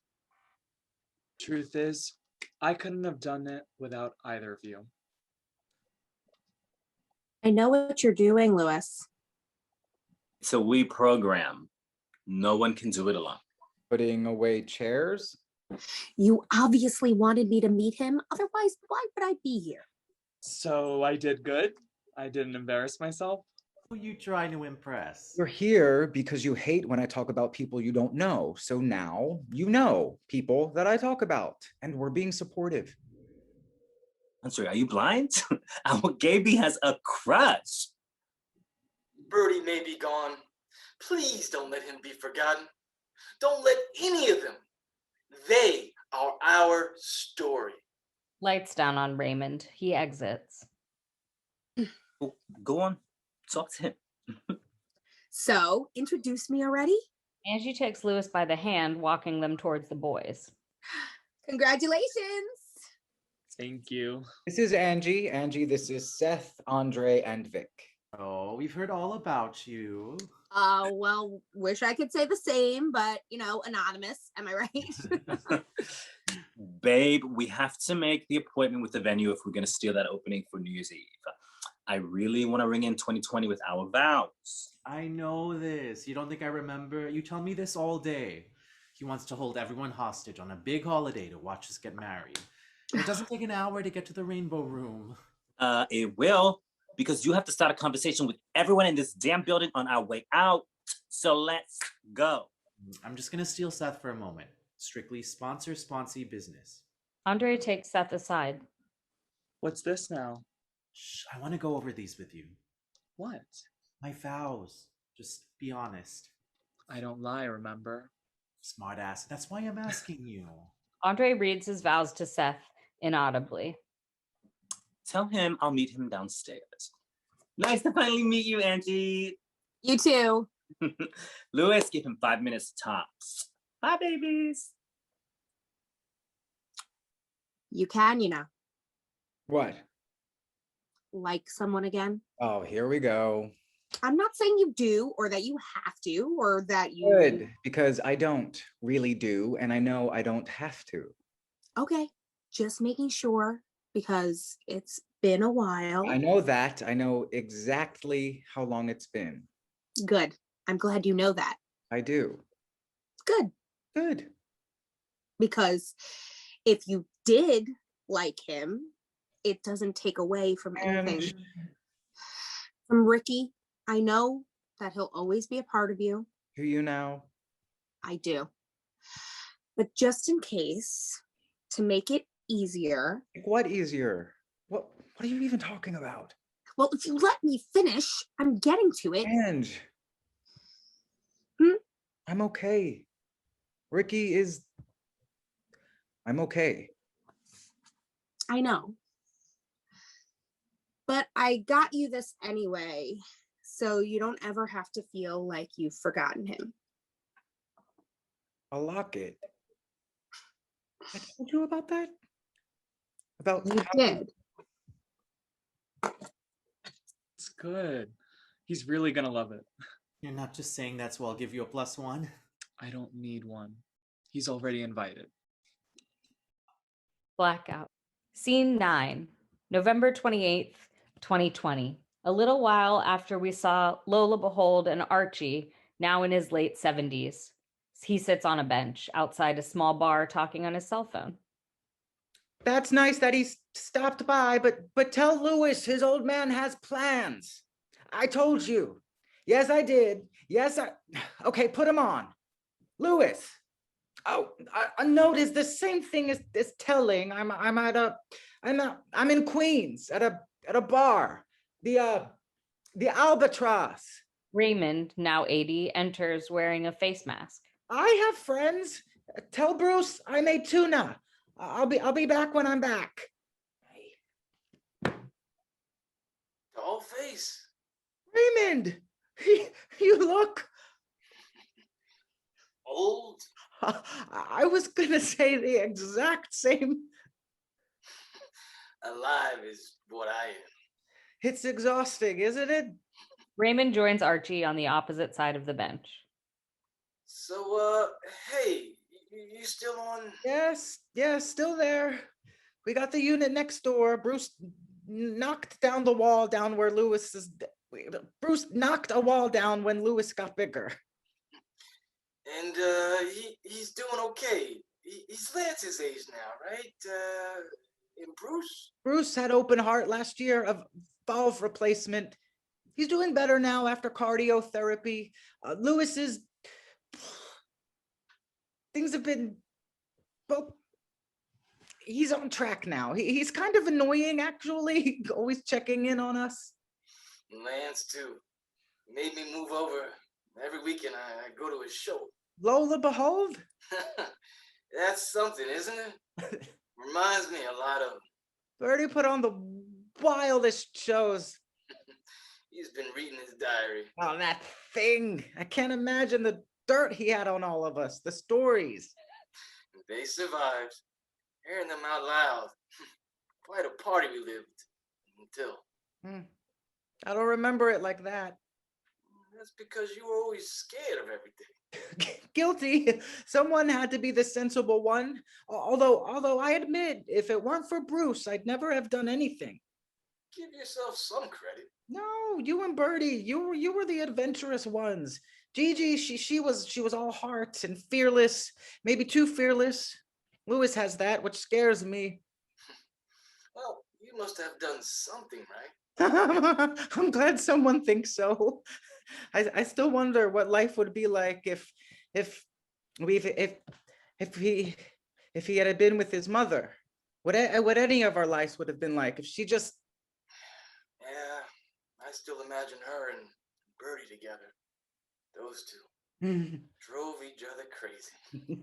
If she and Birdie had lived, think we would have all stayed together? It has been so long. I'm sorry. Well, we get busy. No, I'm sorry for pushing you away. I was angry for a long, long time.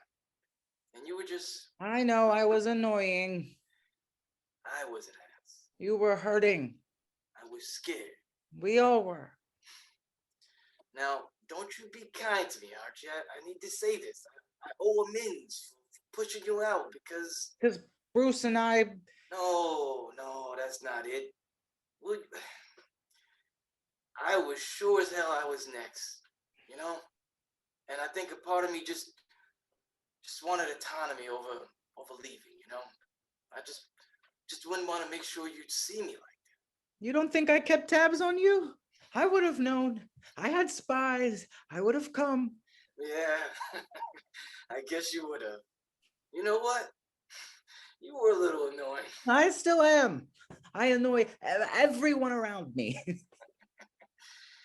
And I just had to go and be angry, wasting more time. I could have gotten to know our boy better. I should have, for Gigi. I told you, I'd be here when you're ready. Lance reading me that damn diary. Just put things in perspective, you know? I guess I never wanted you not to be happy, Arch. I was just angry that you were, I guess. I never thought I deserved any of it. Bruce, Lewis, my friends. But what I'll never understand is why we were spared. Why us? The virus, it took the loudest, the most talented, the ones with the most to offer the world. What did I offer? Flower arrangements? Not a new play, a moving dance, poetry, a song? The world lost so much beauty. And it's still attacking. I know, all too well. Archie. I'm glad you called. I knew you would one day. See, there you go again, knowing what I would do instead of just telling me what's good for me. I don't know what's good for anyone. Maybe I need a break too. I don't know. I had my hands full, scared every day I would screw up that kid's life. Scared it would tear me and Bruce apart. The world he and Lance inherited, it's not like ours. I can't tell if it's better or worse or exactly the same. The world is different. They don't need to hide. They think they're invincible. That kind of attitude was very dangerous for us. They're impatient and spoiled, I'll give you that. But I think the young people are starting to wake up a little bit. Like Lance, he's looking to the past. He knows that their freedom is fragile. Lewis has been asking a lot of questions lately. You do offer something, Arch. You're showing the world how two men can care for each other and raise a family. You did all that without a blueprint. That matters. It meant something for people to see that. Oh, you make everyone out to be an activist. Well, aren't you? I want to be done, Ray. It's time for someone else to make noise. Speaking of, is that Lance? Lola, I hear yelling. I think so. Gets fired up all right. Wait till she knows who you are. Oh, no. I don't want to be a part of the show. Are you ready? Reading Birdie's diary tonight. I can't. No, I can't. Oh, they ain't gonna recognize her, you old queen. Move. Don't rush me. My knees ache. I'm done wasting time, Archie. If that's what you do. Not anymore. Okay.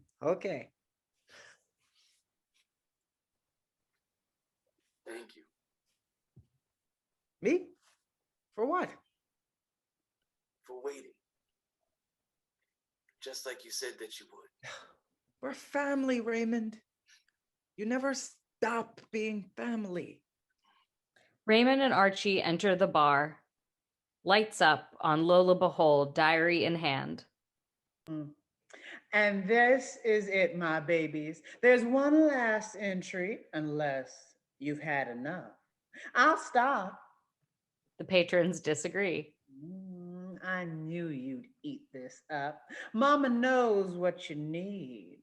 I told you, babies, I'm about to take you to church. Okay. Lola notices Raymond and Archie in the back. She gives them a small wave. Oh, wait. This is, it's this last entry. It's not Birdie's. It's written by my Uncle Ray. Looks like this is a recent entry, folks. Okay, here we go. As Lola reads, all goes dark, leaving only Archie and Raymond in light, and Lola respectively. November 27th, 2020. We're not perfect, nor taught to lead with grace. Always learning what it means to repair, so we pair. Done yielding from our lot in the shadows, reaching for flesh and undoing fear, shedding shame like skin, more beautiful. Because the sum of us is the truth. We say, come together and promise to shout through quakes and through fire until enough is said and done. Because the ties that bind are stronger than those that tear us apart. Seek that with vengeance. Starve regret and know no waste. Only what is your gift to give. Promise to have and to hold nothing back. For now you carry the lessons of my heart. Rise on our shoulders, we bear your weight. So march forth, this torch, it lights the way home. Lights fade out on Lola, then Archie and Raymond. End of play.